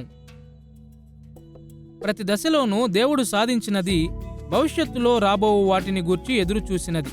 ఆయన ప్రజలు తమ దినమున అనుభవించు వాటి యొక్క ప్రతీకవాదము యొక్క ప్రాముఖ్యత భవిష్యత్తులో రానున్న గొప్ప సాదృశ్యము వైపుకు ఎలా దిశను చూపుతున్నదో అని కొంతవరకు ఎదురు చూడవచ్చు. అనేక ఇతర సందర్భాలలో దేవుని ఉద్దేశములను అర్థము చేసుకున్న పాత నిబంధన ప్రజలు కొందరు వ్యక్తులు, వ్యవస్థలు మరియు సన్నివేశములు రానున్న వాటికి గుర్తులై ఎలా ఉన్నాయో చూడగలిగారు. వారి అవగాహన నిజముగానే పరిమితమైనదై ఉండెను, కానీ వారి దినములలోని గుర్తులు భవిష్యత్తు కొరకు ఎదురు చూసిన అనేక మార్గములను వారు అర్థము చేసుకునేవారు. ఇప్పుడు ఇది ఎంత నిజమై ఉన్నదో అనేక ఇతర సందర్భాలలో గుర్తులను మరియు సాదృశ్యములను అర్థము చేసుకునుట ఎదురు చూసే విషయముగాక విశ్లేషణకు సంబంధించిన విషయమై ఉండెనని గుర్తించుట కూడా అంతే ప్రాముఖ్యమై ఉన్నది. అనేక గుర్తులు సాదృశ్యములుగా ఎలా అభివృద్ధి చెందాయో గుర్తించుటలో మునుపటి వ్యక్తులు, వ్యవస్థలు మరియు సన్నివేశములను గూర్చి తదుపరి సమయముల యొక్క అవసరతలకు అనుగుణంగా విశ్లేషించుట యొక్క సంలగ్నత ఉంటుంది. ఈ ఉదాహరణను చూడండి. మీ చేతిలో ఒక విత్తనము ఉన్నదని అనుకోండి మరియు అది పెరిగి పెద్ద వృక్షమై తరువాత అది ఎలా కనిపిస్తుందో మీకు చూడాలని ఉంది. పూర్తిగా ఎదిగిన సింధూర వృక్షము ఒక విత్తనము కంటే చాలా వేరుగా కనిపిస్తుంది. కాబట్టి భవిష్యత్తును ప్రవచించగల అద్భుతమైన సామర్థ్యం ఉంటే తప్ప మీ చేతిలో ఉన్న విత్తనము ఎదిగి వృక్షమైన తరువాత ఎలా కనిపిస్తుందో కనుగొనుట సులువైన పని కాదు. అనేక విధాలుగా పాత నిబంధనలోని ప్రజలు ఇలాంటి పరిస్థితినే ఎదుర్కొన్నారు. చాలాసార్లు గురుతులు వాటి యొక్క సాదృశ్యముల కంటే ఎంత భిన్నముగా కనిపిస్తాయంటే వాటి యొక్క పురోగమనములను ఊహించుట ఇంచుమించు అసాధ్యమవుతుంది. ఉదాహరణకు పేతురు నోవహు కాలములోని జలప్రళయమును క్రైస్తవ బాప్తిస్మముతో గుర్తించినప్పటికీ వారి కాలములోని ప్రపంచ జలప్రళయము ఒక దినాన ప్రజలు క్రీస్తులో పొందు బాప్తిస్మమును ఎదురుచూచినది అని నోవహు దినములలో ఎవరు ఊహించి ఉంటారు? మోషే ఇత్తడి సర్పము క్రీస్తు యొక్క శిలువకు పూర్వగామిగా ఉన్నదని మోషే దినములలోని సగటు ఇజ్రాయేలీయుడు ఊహించుట ఇంచుమించు అసాధ్యమైన పనే. అద్భుతమైన ప్రత్యక్షత లేకుండా వాటిని గూర్చి ముందుగా తెలియజేయుటకు సాదృశ్యములు గుర్తుల కంటే ఎంతో భిన్నమైనవై ఉన్నవి. కాబట్టి మన ఉదాహరణలోనికి తిరిగి వెళ్ళి ముందుకు చూద్దాము. మన చేతిలో ఉన్న విత్తనమును మధ్యలోనికి కోసి దానికి DNA పరీక్షలు చేశామనుకుందాము. ఆ విధముగా చేయుట ద్వారా ఆ విత్తనము యొక్క మరుగైన అనేక గుణములను గూర్చి మనము నేర్చుకోవచ్చు. అయినను DNA కూడా ఈ విత్తనము ఎదగబోవు సంపూర్ణ వృక్షము యొక్క లక్షణములన్నిటినీ నిర్ధారించలేదు. ఆ విత్తనము ఒక యాపిల్ లేక ముంతమావిడి వృక్షముగాక సింధూర వృక్షమవుతుంది అని మనకు నిర్ధారణ కలుగుతుంది. కానీ దాని ఎత్తు, కొమ్మల సంఖ్య లేక వేర్ల కొలత వంటి విషయములు మాత్రం మనము నిర్ధారించలేము. ఈ లక్షణములు బాహ్య శక్తులైన వాతావరణము, నీరు, పోషణ, వెలుగు మరియు వ్యాధి వంటి వాటి ద్వారా ప్రభావితము చేయబడతాయి. ఇవి ఒక జెనెటిక్ కోడ్ ద్వారా పూర్తిగా నిర్ధారించబడలేవు. ఇంచుమించు ఇదే విధముగా బైబిలు చరిత్రలో గుర్తులుగా పనిచేయు ప్రాముఖ్యమైన వ్యక్తులు, వ్యవస్థలు మరియు సన్నివేశములకు సంబంధించిన జెనెటిక్ కోడ్స్ లేక వేదాంత శాస్త్ర నిర్మాణములను మనము అర్థము చేసుకోగలము. ఈ జ్ఞానము తదుపరి పురోగమనముల కొరకు కొన్ని ఆకాంక్షలను మనకు అందించగలదు. కానీ ఈ గురుతు మరియు సాదృశ్యములకు మధ్య ఉన్న పురోగమనములు ఈ విధముగా పూర్తిగా తెలుసుకొనబడలేవు. దేవుడిచ్చు నూతన ప్రత్యక్షతలు చాలాసార్లు చరిత్రను ఊహించని దశలలోనికి నడిపిస్తాయి. ఒక గురుతు యొక్క వేదాంత శాస్త్ర ప్రాముఖ్యతను పూర్తిగా అర్థము చేసుకున్నట ద్వారా కూడా దాని సాదృశ్యం యొక్క వివరాలను మనము పూర్తిగా ఊహించలేము. గురుతుల నుండి సాదృశ్యములను ఊహించుట ద్వారా వాటిని అర్థము చేసుకున్నటకు ప్రయత్నించుటకు బదులుగా మనము సాధారణముగా విశ్లేషణ ప్రక్రియ మీద ఆధారపడాలి. బైబిలు రచయితల వలె మన చారిత్రక సందర్భము ఇచ్చు అవకాశమును మనము స్వీకరించి మునుపటి వ్యక్తులు, వ్యవస్థలు మరియు సన్నివేశములు తదుపరి సాదృశ్యములుగా అభివృద్ధి చెందిన మార్గములను మనము విశ్లేషించాలి. మన ఉదాహరణను మరొకసారి పరిశీలన చేద్దాము. మన దగ్గర అనేక విత్తనములు ఉండి వాటిని ఇతర విత్తనాలతో పాతినట్లయితే అనేక సంవత్సరముల తర్వాత అడవిలో ఉన్న ప్రతి వృక్షము యొక్క DNAను మనము ఇంతకు ముందు చేసిన విత్తనాల DNAతో పోల్చవచ్చు. ఈ ఉపయోగకరమైన బిందువు ద్వారా ఏ చెట్టు ఏ విత్తనములో నుండి వచ్చినదో మనము కనుగొనగలము. ఇంచుమించు ఇదే విధముగా బైబిల్ చరిత్రలోని తదుపరి కాలముల యొక్క వేదాంత శాస్త్ర నిర్మాణములను తెలుసుకొను ఉపయోగకరమైన బిందువు నుండి గురుతుల యొక్క వేదాంత శాస్త్ర నిర్మాణములను తదుపరి వ్యక్తులు, వ్యవస్థలు మరియు సన్నివేశముల యొక్క వేదాంత శాస్త్ర నిర్మాణములతో పోల్చుట ద్వారా మనము గుర్తులను కనుగొనవచ్చు. ఒక క్రైస్తవునిగా క్రీస్తు విధేయతకు సంబంధించిన వేదాంత శాస్త్ర నిర్మాణములను పౌలు అర్థము చేసుకున్నాడు మరియు ఆదాము అవిధేయతకు సంబంధించిన అవే విధమైన వేదాంత శాస్త్ర నిర్మాణములతో వాటిని పోల్చి చూడగలిగాడు. దీని ఆధారముగా ఆదాము క్రీస్తుకు గుర్తుగా ఉన్నాడని చెప్పాడు. క్రైస్తవ బాప్తిస్మములోని నీటితో ముడిపడి ఉన్న వేదాంత శాస్త్ర నిర్మాణములను పేతురు అర్థము చేసుకున్నాడు మరియు నోవహు జలప్రళయములోని నీటితో ముడిపడి ఉన్న వేదాంత శాస్త్ర నిర్మాణములతో వాటిని పోల్చి చూశాడు. యేసు శిలువ వేయబడుట యొక్క వేదాంత శాస్త్ర ప్రాముఖ్యతను గ్రహించాడు మరియు మోషే దినములలోని అదే విధమైన ప్రాముఖ్యత ఉన్న ఇత్తడి సర్పము సరసన దానిని ఉంచాడు. కాబట్టి గురుతులు నిజముగా వాటి యొక్క సాదృశ్యముల కొరకు ఎదురుచూడగా సాధారణముగా ఈ గుర్తులను మనము వాటి యొక్క సాదృశ్యములు చరిత్రలో ప్రత్యక్షమైన తరువాతనే గుర్తించగలము. ఈ విశ్లేషణ ప్రక్రియను మనము ఒకసారి అర్థము చేసుకున్న పిమ్మట పాత నిబంధనలోని భిన్నకాలిక పురోగమనములను అధ్యయనము చేయుటలో ప్రతీకవాదములను గుర్తించుట ఒక ముఖ్యమైన భాగమని మనము చూడగలుగుతాము. ఖచ్చితముగా ఉండుటకు లేఖనములు ప్రతీకవాదములను గుర్తించున్నప్పుడు అది నిర్దేశకమైన విషయము కాబట్టి దానిని మనము నిరాకరించకూడదు. అయితే లేఖనములు భిన్నకాలిక వేదాంత శాస్త్ర పురోగమనములను సంపూర్ణముగా వెలికితీయవు. బైబిలానుసారమైన వేదాంతవేత్తలు పాత నిబంధనలోని వేదాంత శాస్త్రమును సంపూర్ణముగా వెలికితీయుటకు అన్వేషించుచుండగా వారు తదుపరి ప్రత్యక్షతలో గల వ్యక్తులు, వ్యవస్థలు మరియు సన్నివేశముల యొక్క వేదాంత శాస్త్ర ప్రాముఖ్యతను నేర్చుకోవాలి మరియు వారి ఎదురుచూపులను మునుపటి కాలములోని ప్రత్యక్షతతో గుర్తుంచుకోవాలి. ఈ విధముగా పాత నిబంధన వేదాంత శాస్త్రము కాలక్రమములో ఏ విధముగా పురోగమనము చెందిందో వారు చూడగలుగుతారు. ఈ పాఠములో పాత నిబంధనలోని భిన్నకాలిక పురోగమనములను మనము పరీక్షించాము. పాత నిబంధన వేదాంత శాస్త్రము పట్ల భిన్నకాలిక లేక పురోగమన పద్ధతులను గూర్చి ఒక సామాన్య ధోరణిని మనం పొందుకున్నాము.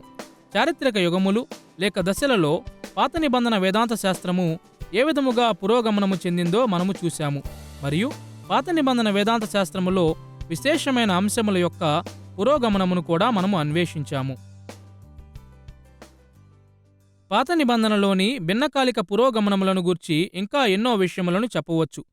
కానీ ఈ పాఠములో మేము తెలియజేసిన విషయాలను అర్థము చేసుకునుట ఆదికాండము యొక్క ఆరంభ దినముల నుండి పాత నిబంధన యొక్క చివరి దినముల వరకు వేదాంత శాస్త్రము పురోగమనము చెందిన విధానములను మరి ఎక్కువగా పరిశీలించుటకు ఒక స్థిరమైన పునాదిని అందిస్తుంది.